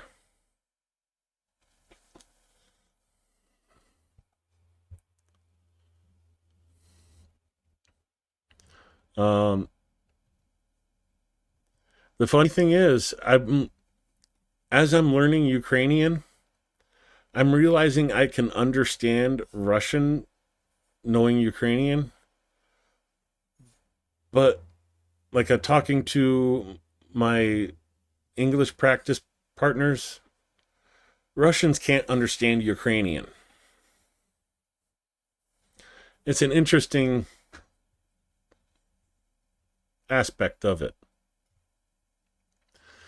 Repelling a massive mechanized assault in the service direction by the forces of the 54th Motorized Rifle Brigade and 81st Airborne Rifle Brigade.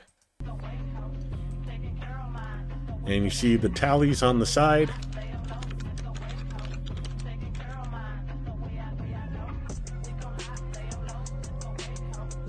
Oh, Adam, you didn't see the deep fake of Ukrainian POWs wanting to join the Russian army? Oh, I'll have to go back.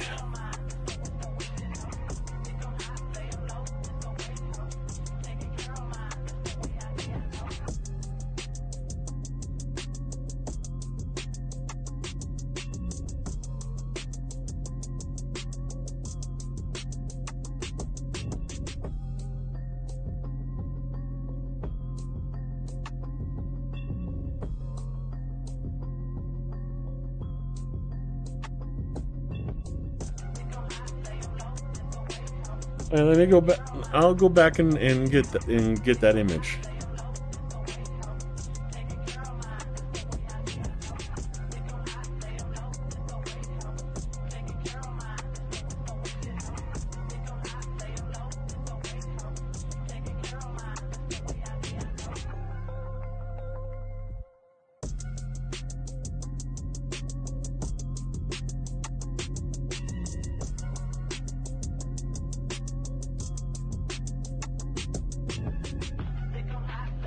I'm sure he can.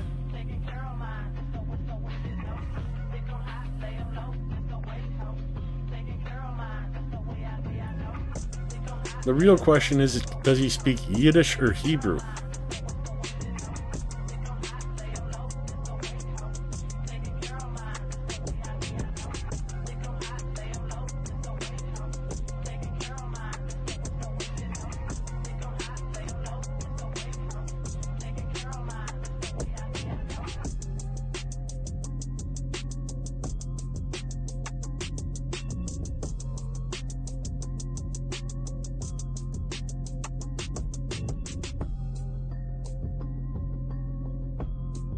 Or you just need to go to my Telegram channel, Adam.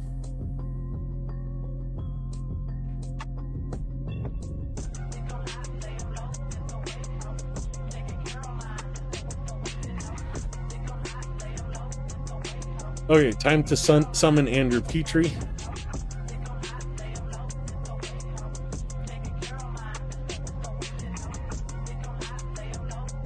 Shit, I made it.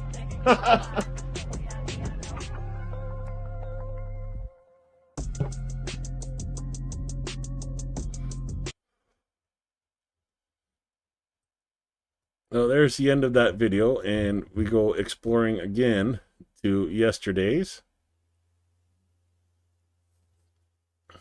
So, yeah, there's the before and after Haji was talking about.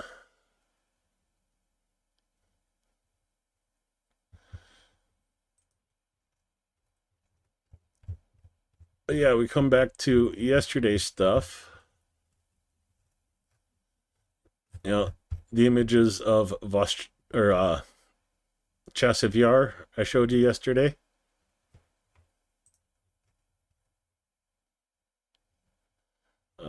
Where is it? Where is it?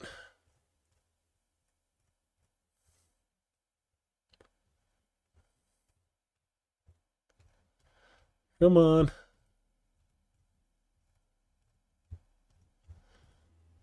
Oh, was it really that far back?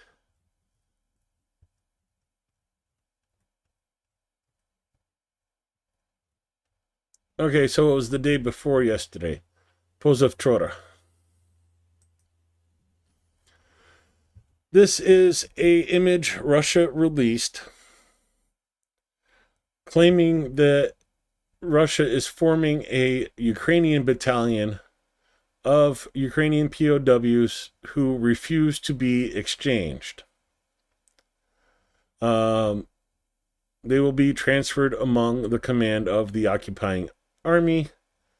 The State Duma Deputy Volodsky.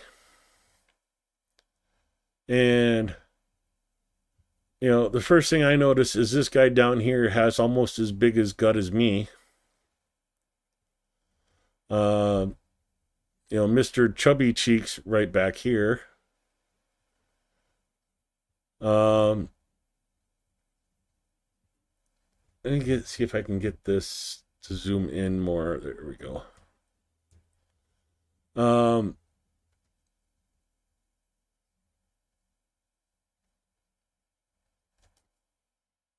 They all look really well fed for Ukrainian POWs. The other thing I notice is this does not look like Ukrainian uniform.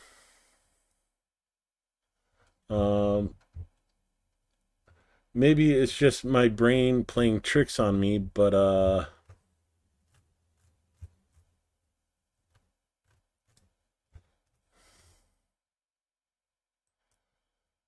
yeah, I'll pull it up on this side.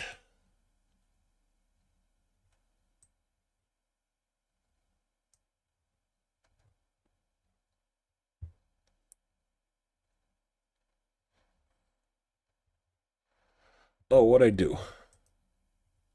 There it is.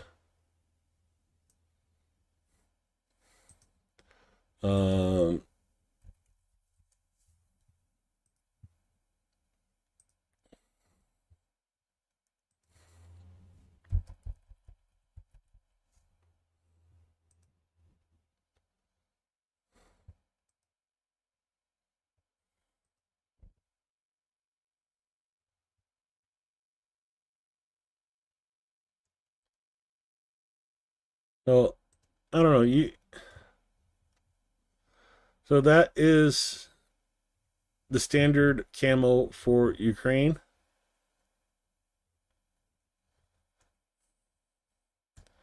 So my question, okay, yeah, that looks like the right jacket. That looks like the right jacket. That is not. That is not. That is not. That one is not. And that one is not. And if this guy has the right jacket, why is he wearing sweatpants? Oh, because they gave the pants to this guy.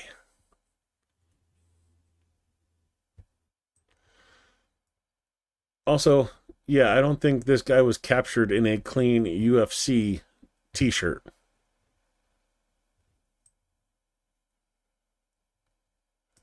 So, like, oh, shoot, I lost. There we go.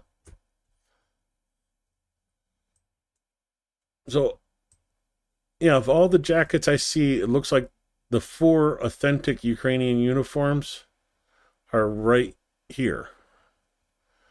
Nobody else is in the Ukrainian jacket. They got some stuff that just not Ukrainians. Definitely not Ukrainian POWs.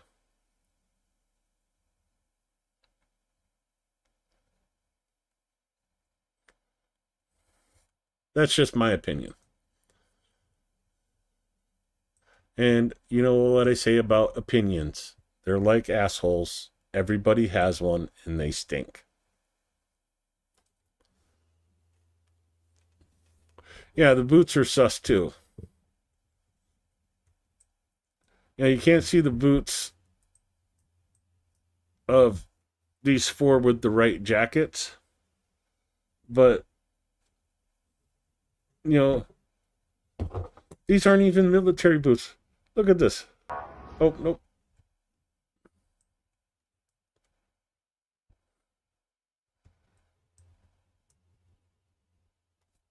I think he's just standing there in his socks.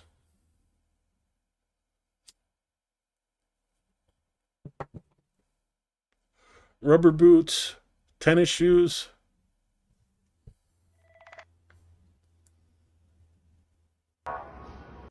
If these are Ukrainians, they captured a lot of civilians.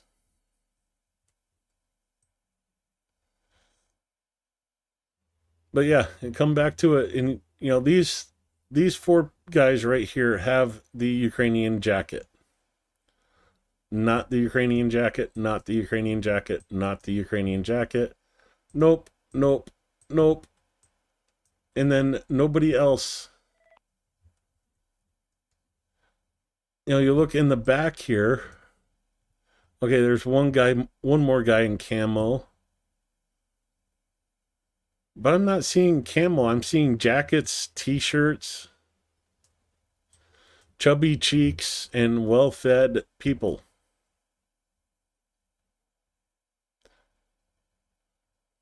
Except maybe this guy. He's a little gray.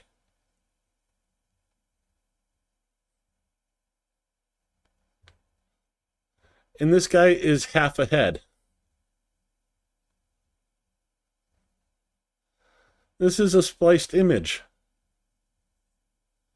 You see the line?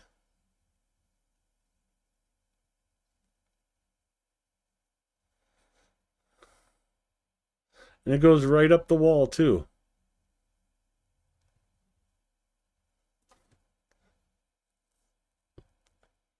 Looks like maybe another splice right there. Right through the guy's eyes.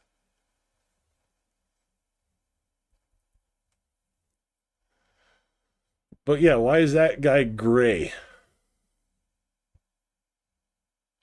And that guy too.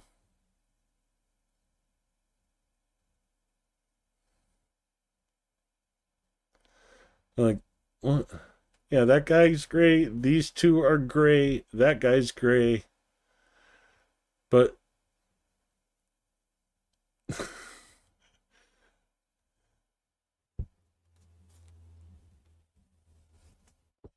this is bad. That's, if you're just looking at it from a zoomed out, you don't notice it. I didn't notice it. But where's Mr. Gray guy in?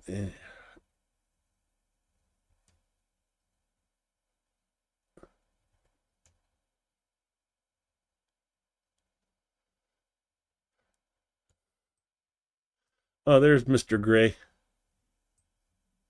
It was like they crop people in from black and white photos.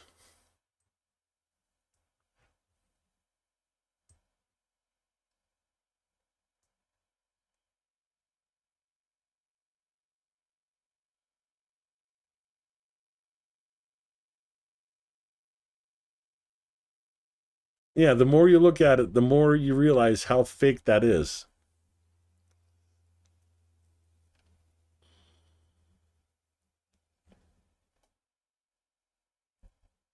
Oh boy. But yeah, Ukrainian battalion of POWs.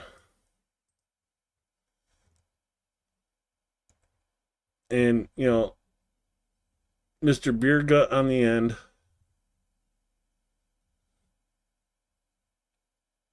You know, chubby cheeks here, just like mine.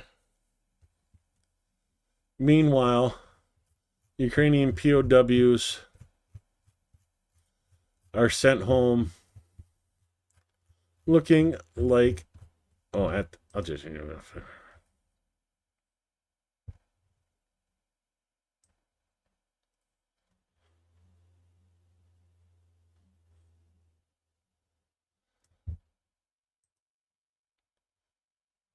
no, Ukrainian POWs are sent home looking like this. You see anybody in that photo that looked like that?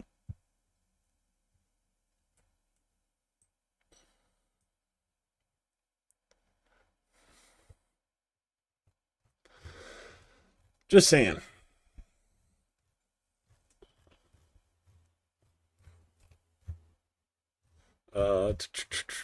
Let's get back to where we were. Voschansk, the Russian flamethrower. Watch that one. Of course, Russians hiding in a distillery. Ukrainian forces strike a distillery in Tenkino Kursk region, where the Russians are located.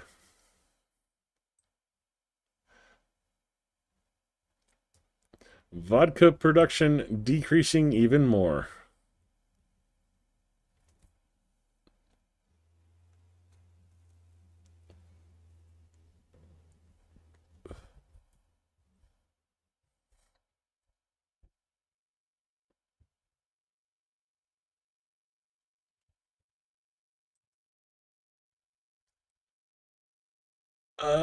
That's going to be a stopping point for me for right now as we go back to check on the Summer Sunshine Fundraiser. No new donations yet. It can be if it's good vodka. So I'm going to bug you folks again with the fundraiser. Link is also pinned to the top of chat. It's in the description below. We are raising funds for the 5th Border Guard Detachment in Sumy Prime Unit. We see their videos on the regular with the drones that they use to take out Russians. We can help them get a van to help take out Russian drones, and hopefully see videos from them on that in the future. So help get the van for the 5th Border Guards Prime Unit.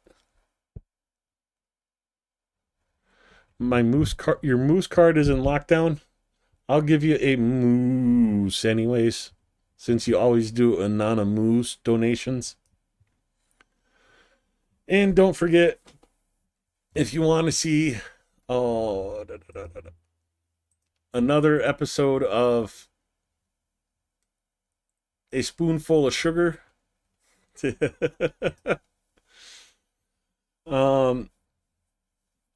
I should have this queued up, but I don't. So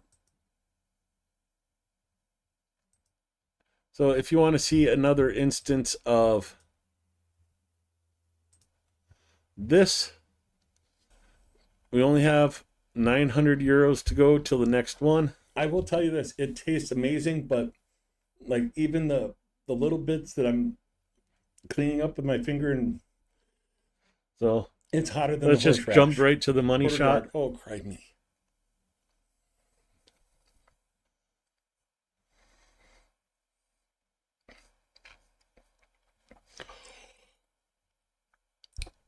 Okay, it's not so bad until you swallow. Oh.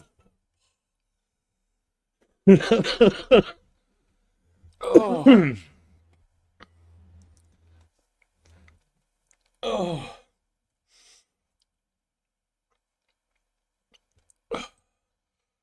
So if you want to see more of that, you can of course go watch that short, or you can donate to the campaign and get the rest of the way to 4,000, and we do another spoonful of hot mustard. With an added bonus, if we get to 5,000 before I go to Ukraine, I will be doing a tequila stream.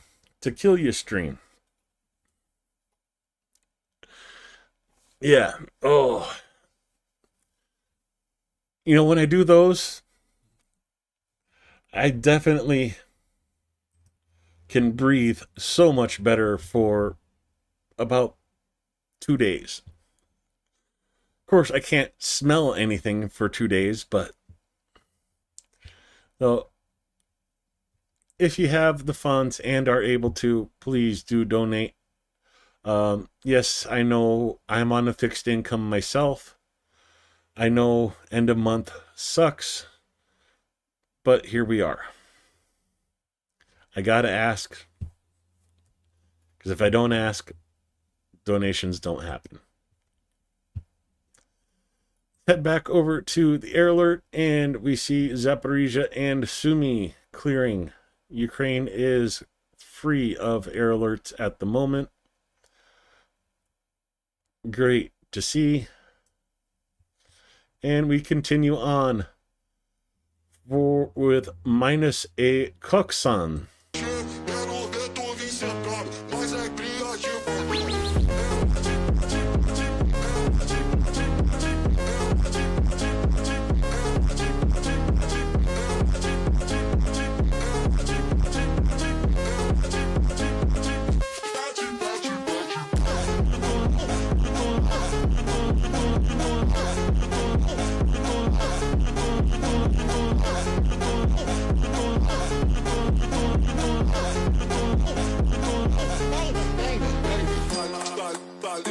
Is it just me, or did anybody else think that this sounded like Elon Musk?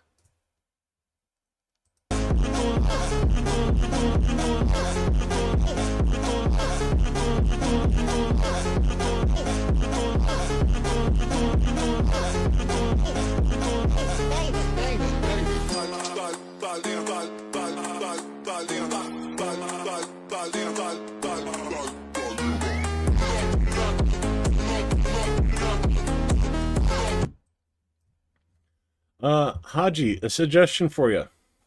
You should see if your bank allows you to create digital cards. Typically, they're available for online shopping. You give this card number with this expiration date, and if something goes, you can close it right after one transaction. And if they freeze the card, they're freezing the digital card, not your main card yourself. My bank does digital cards, and all of my shopping is through digital cards.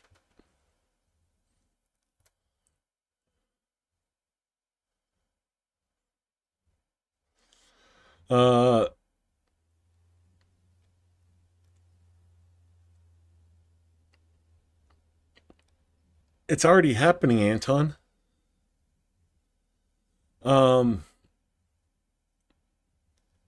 There's in the Russian planes, there's some cooling system that's supposed to help keep the pilots from overheating in the cockpit that has essentially rubbing alcohol in it, but it's drinkable. The ground crews have to go in and drain that and refill it before and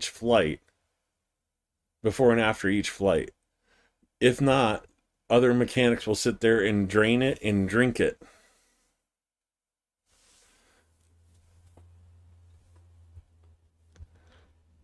And that's just one. And I'm sure you've all heard about torpedo juice.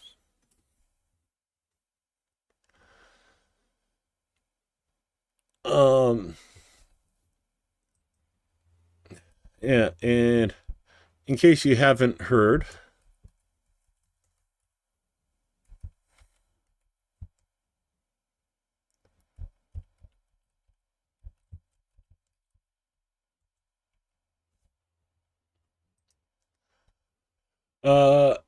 fetal alcohol syndrome is a significant concern in Russia.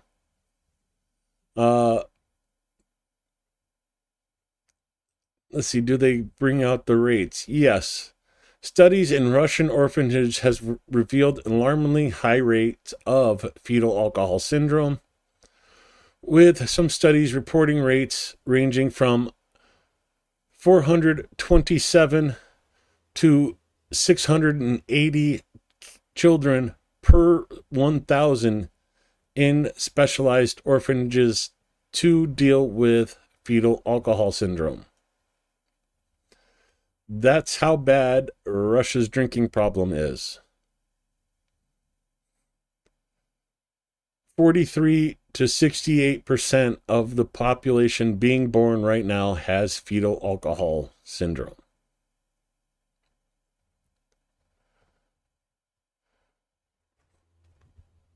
In comparison,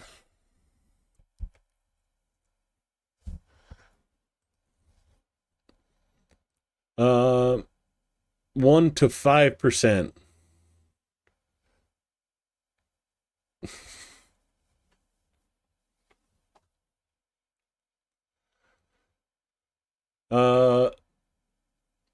Fetal alcohol syndrome is estimated to affect between 0.2 and 1.5 per 1,000 births in the United States. So while 1.5 kids in the U.S. have fetal alcohol syndrome, up to 680 children born in Russia have fetal alcohol syndrome.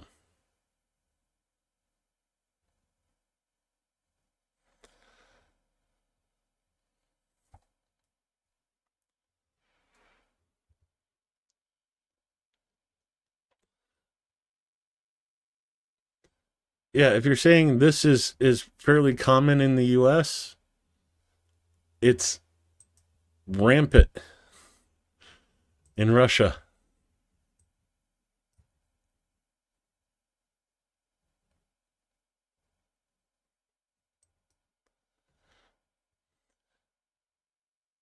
And it's not, it is a kind of a debilitating disorder. But, this is an entire generation of Russians, pretty much, that's going to have learning disabilities. Yeah, half their population is screwed.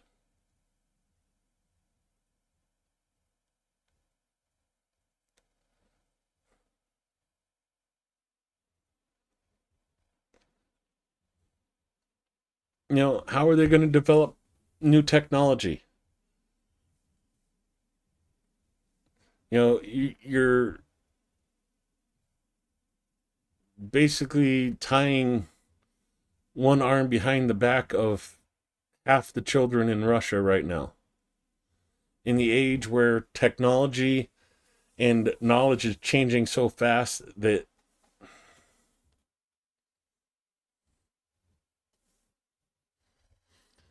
$46-2.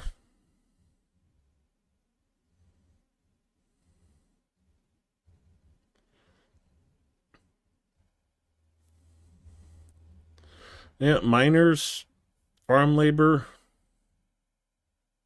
and you think Russia has the money left over, or even if they had the money to deal with this level of disability in their children? I don't think so. And that's just one disease. That's just one thing affecting the Russian population. The other major thing affecting Russia is tuberculosis. You know, I'm your Huckleberry, you know, Wyatt Earp, cough blood up, tuberculosis.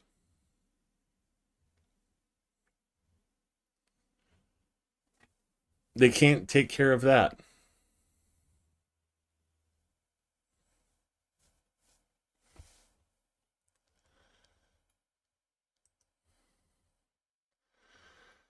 Moving on to the next video, Precise strikes on the invaders, a new selection of videos from Ukrainian units in Zaporizhia.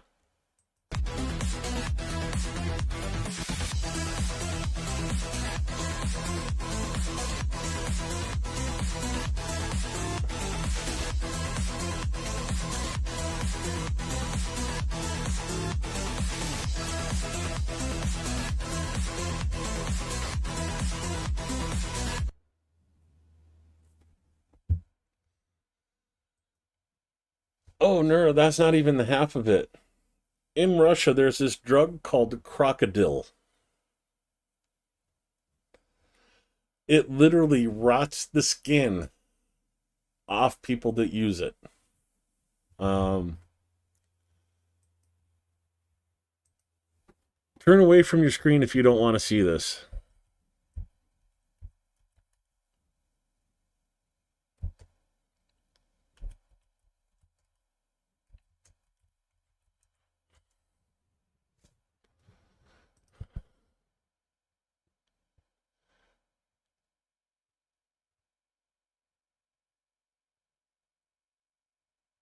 This is the new drug sweeping Russia right now.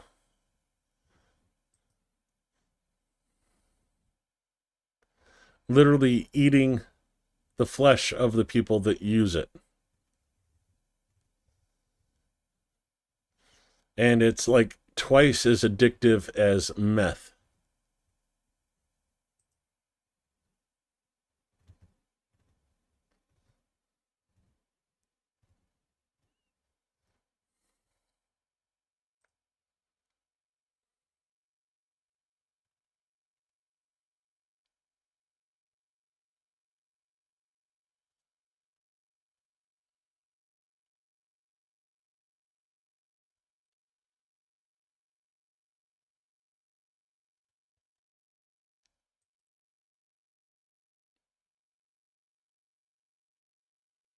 Oleg's guest asked the question, why haven't we come up with something all the world would want?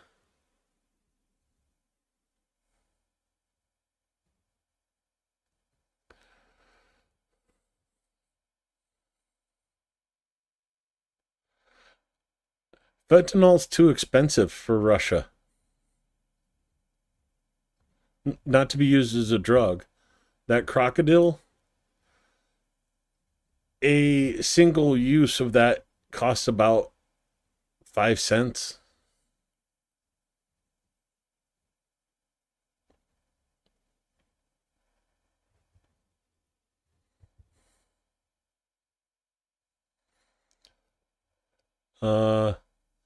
Sergey Brin, co-founder of Google in the early 2000s, said that Russia is Nigeria with snow. I think that's an insult to Nigeria.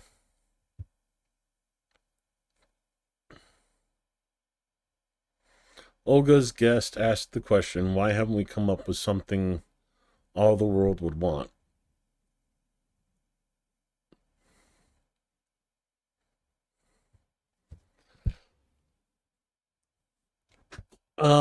Water? Air? Pokemon.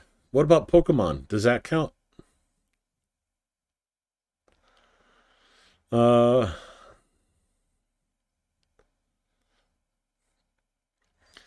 yeah, a lot of crazy experiments were done during World War II. You know that statistic where like human beings are 70% water? Yeah, that was found out by dehydrating POWs during World War II.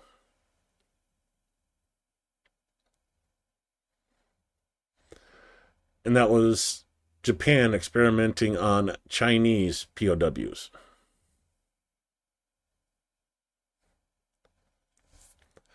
That's just one of the awful, awful experiments they did during World War II. It's sickening what humans do to other humans. How 225th Brigade made hell for the Russians in Kindrativka, Sumy region. Stabilization operations are underway in the settlement. You know, a lot of information today about Sumy. This is the settlement we're talking about.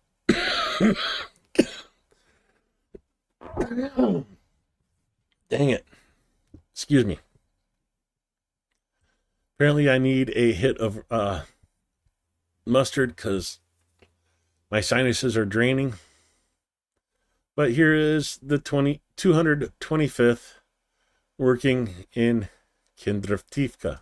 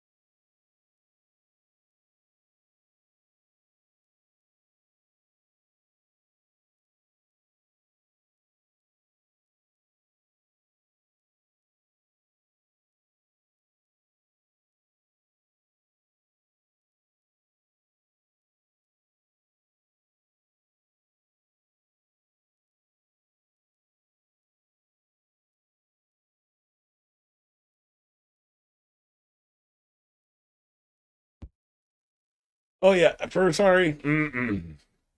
Anyways, the Ministry of Foreign Affairs said that Bell Helicopters will be investing in manufacturing helicopters in Ukraine. This is one of the helicopters they produce. Medical helicopters, as well as the Hueys we all know and love from Vietnam. But I will say, I think the Apache would look amazing in Ukrainian colors.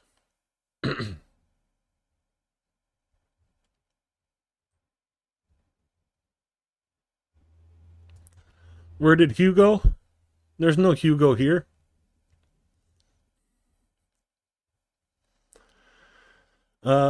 Drones of the Ronin unit in the Zaporizhia direction continue to cut enemies' logistics. 9 cars, a KAMAZ, a truck, and an artillery piece. Here is the video from Ronin. We're getting dope. Okay, that beat is just totally off for this song.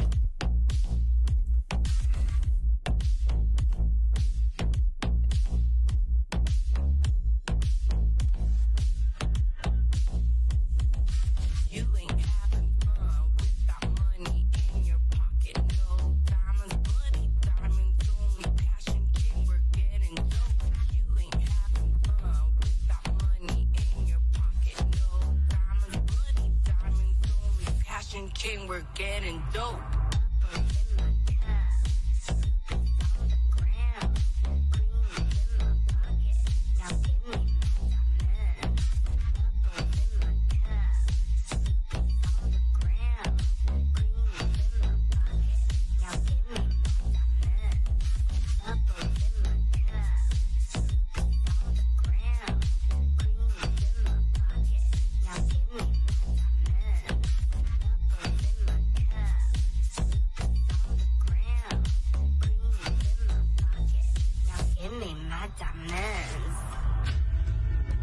That's just a weird song.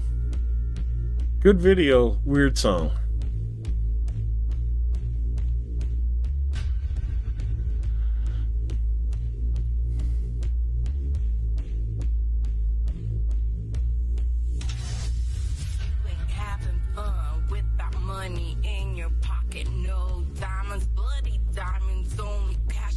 Do I have it slowed down or something?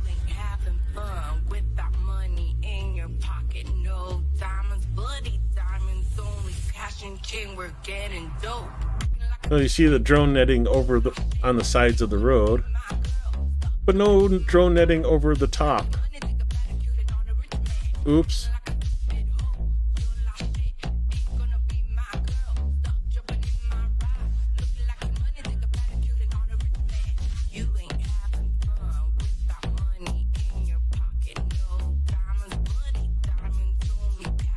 Okay, I'm sorry, I gotta mute the freaking audio on this one because that song is just too weird. Like, the beat's not right.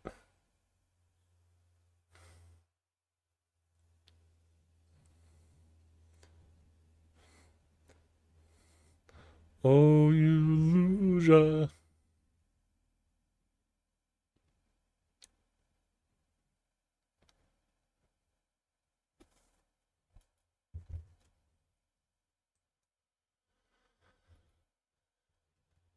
Meanwhile, in Rostov,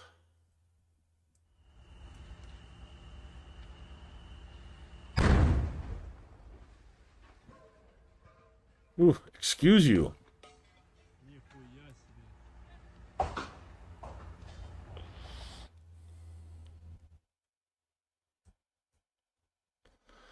And we get back to the New York Post and Fox News saying aliens will attack Earth in November. Mega news.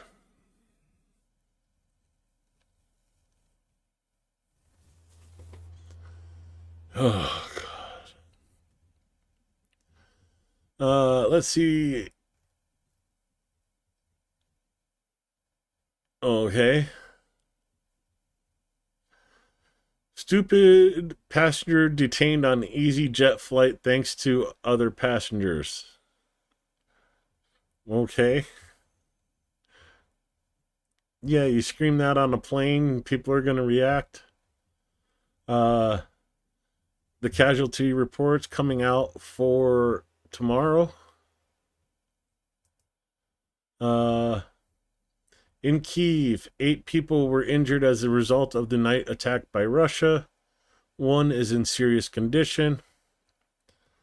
All of them are residents of a multi-story residential building where the blast wave in one of the entrances damaged windows from the 6th to the 11th floor. Luhansk region. Catching the bird mid-flight right there is kind of cool.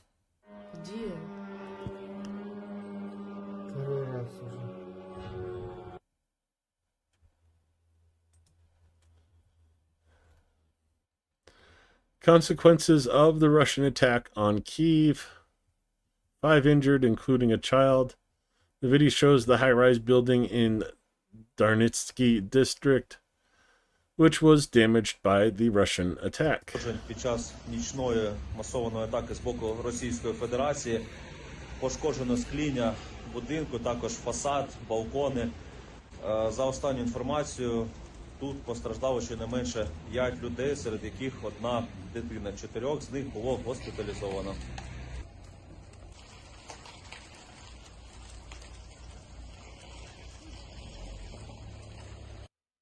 So I actually know that building.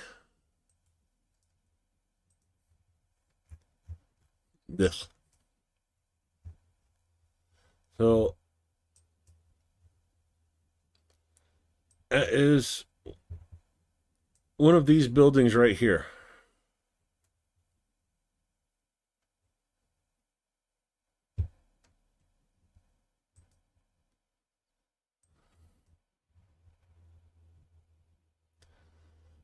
Again, Russian losses for yesterday and the flight path of the drones tonight. Was it Kinzels?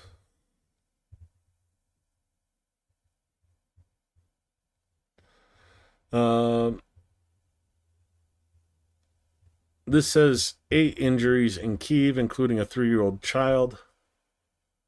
But so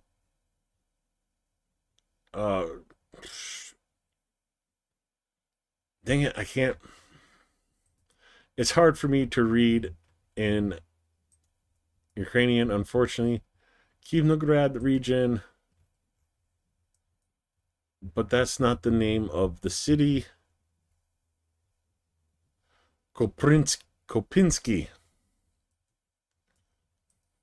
Sorry, Kopinski. Drones coming up from the south. Drones over Endahar in the nuclear power plant, all the way over to Kleminski. Looks like Kleminski was the major target, with all the drones from the north going there. Well, not all of them, but you know what I mean.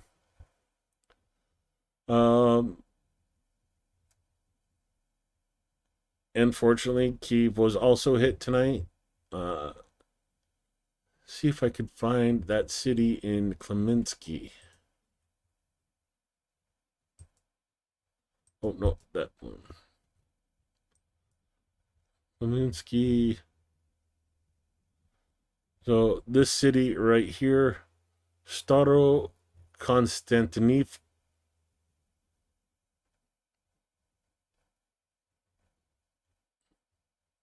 So, yeah, heavy strike in Kleminski, Koprinsky, and of course in Kyiv. Let's see, what else did we get? Nope, nothing there.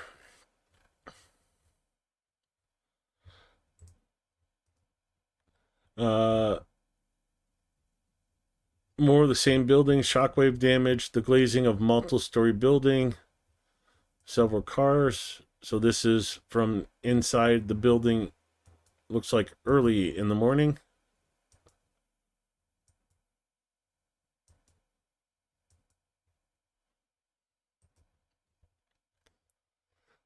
And that's all they have for this morning. And that is the end of the stream. It was kind of a long one today. Thank you guys for sticking through it. Let's give one last check on the donations. We got one more donation in today. Let's see who we get to say thanks to. Adam Rounds. Thank you so much for keeping the donations going daily with 10 euros. And even though it's not anonymous, I will give you the anonymous as a thank you.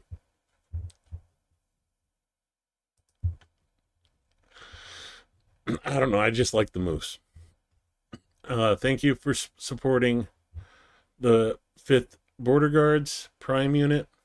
Thank you for supporting the fundraiser with me and Chungus. Have a good night. Stay safe, everybody. And please remember to hit the like, subscribe. It helps the channel grow. And I'm out of here. Have a good one.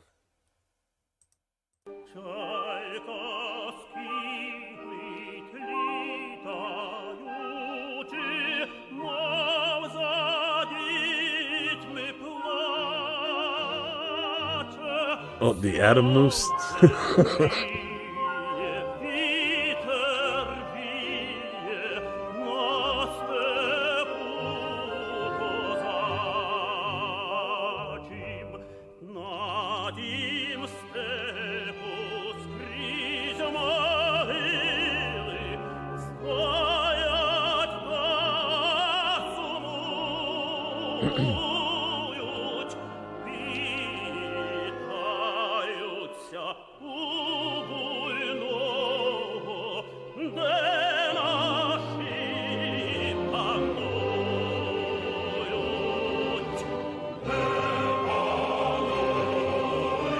It's not a tumor. Shit, sorry.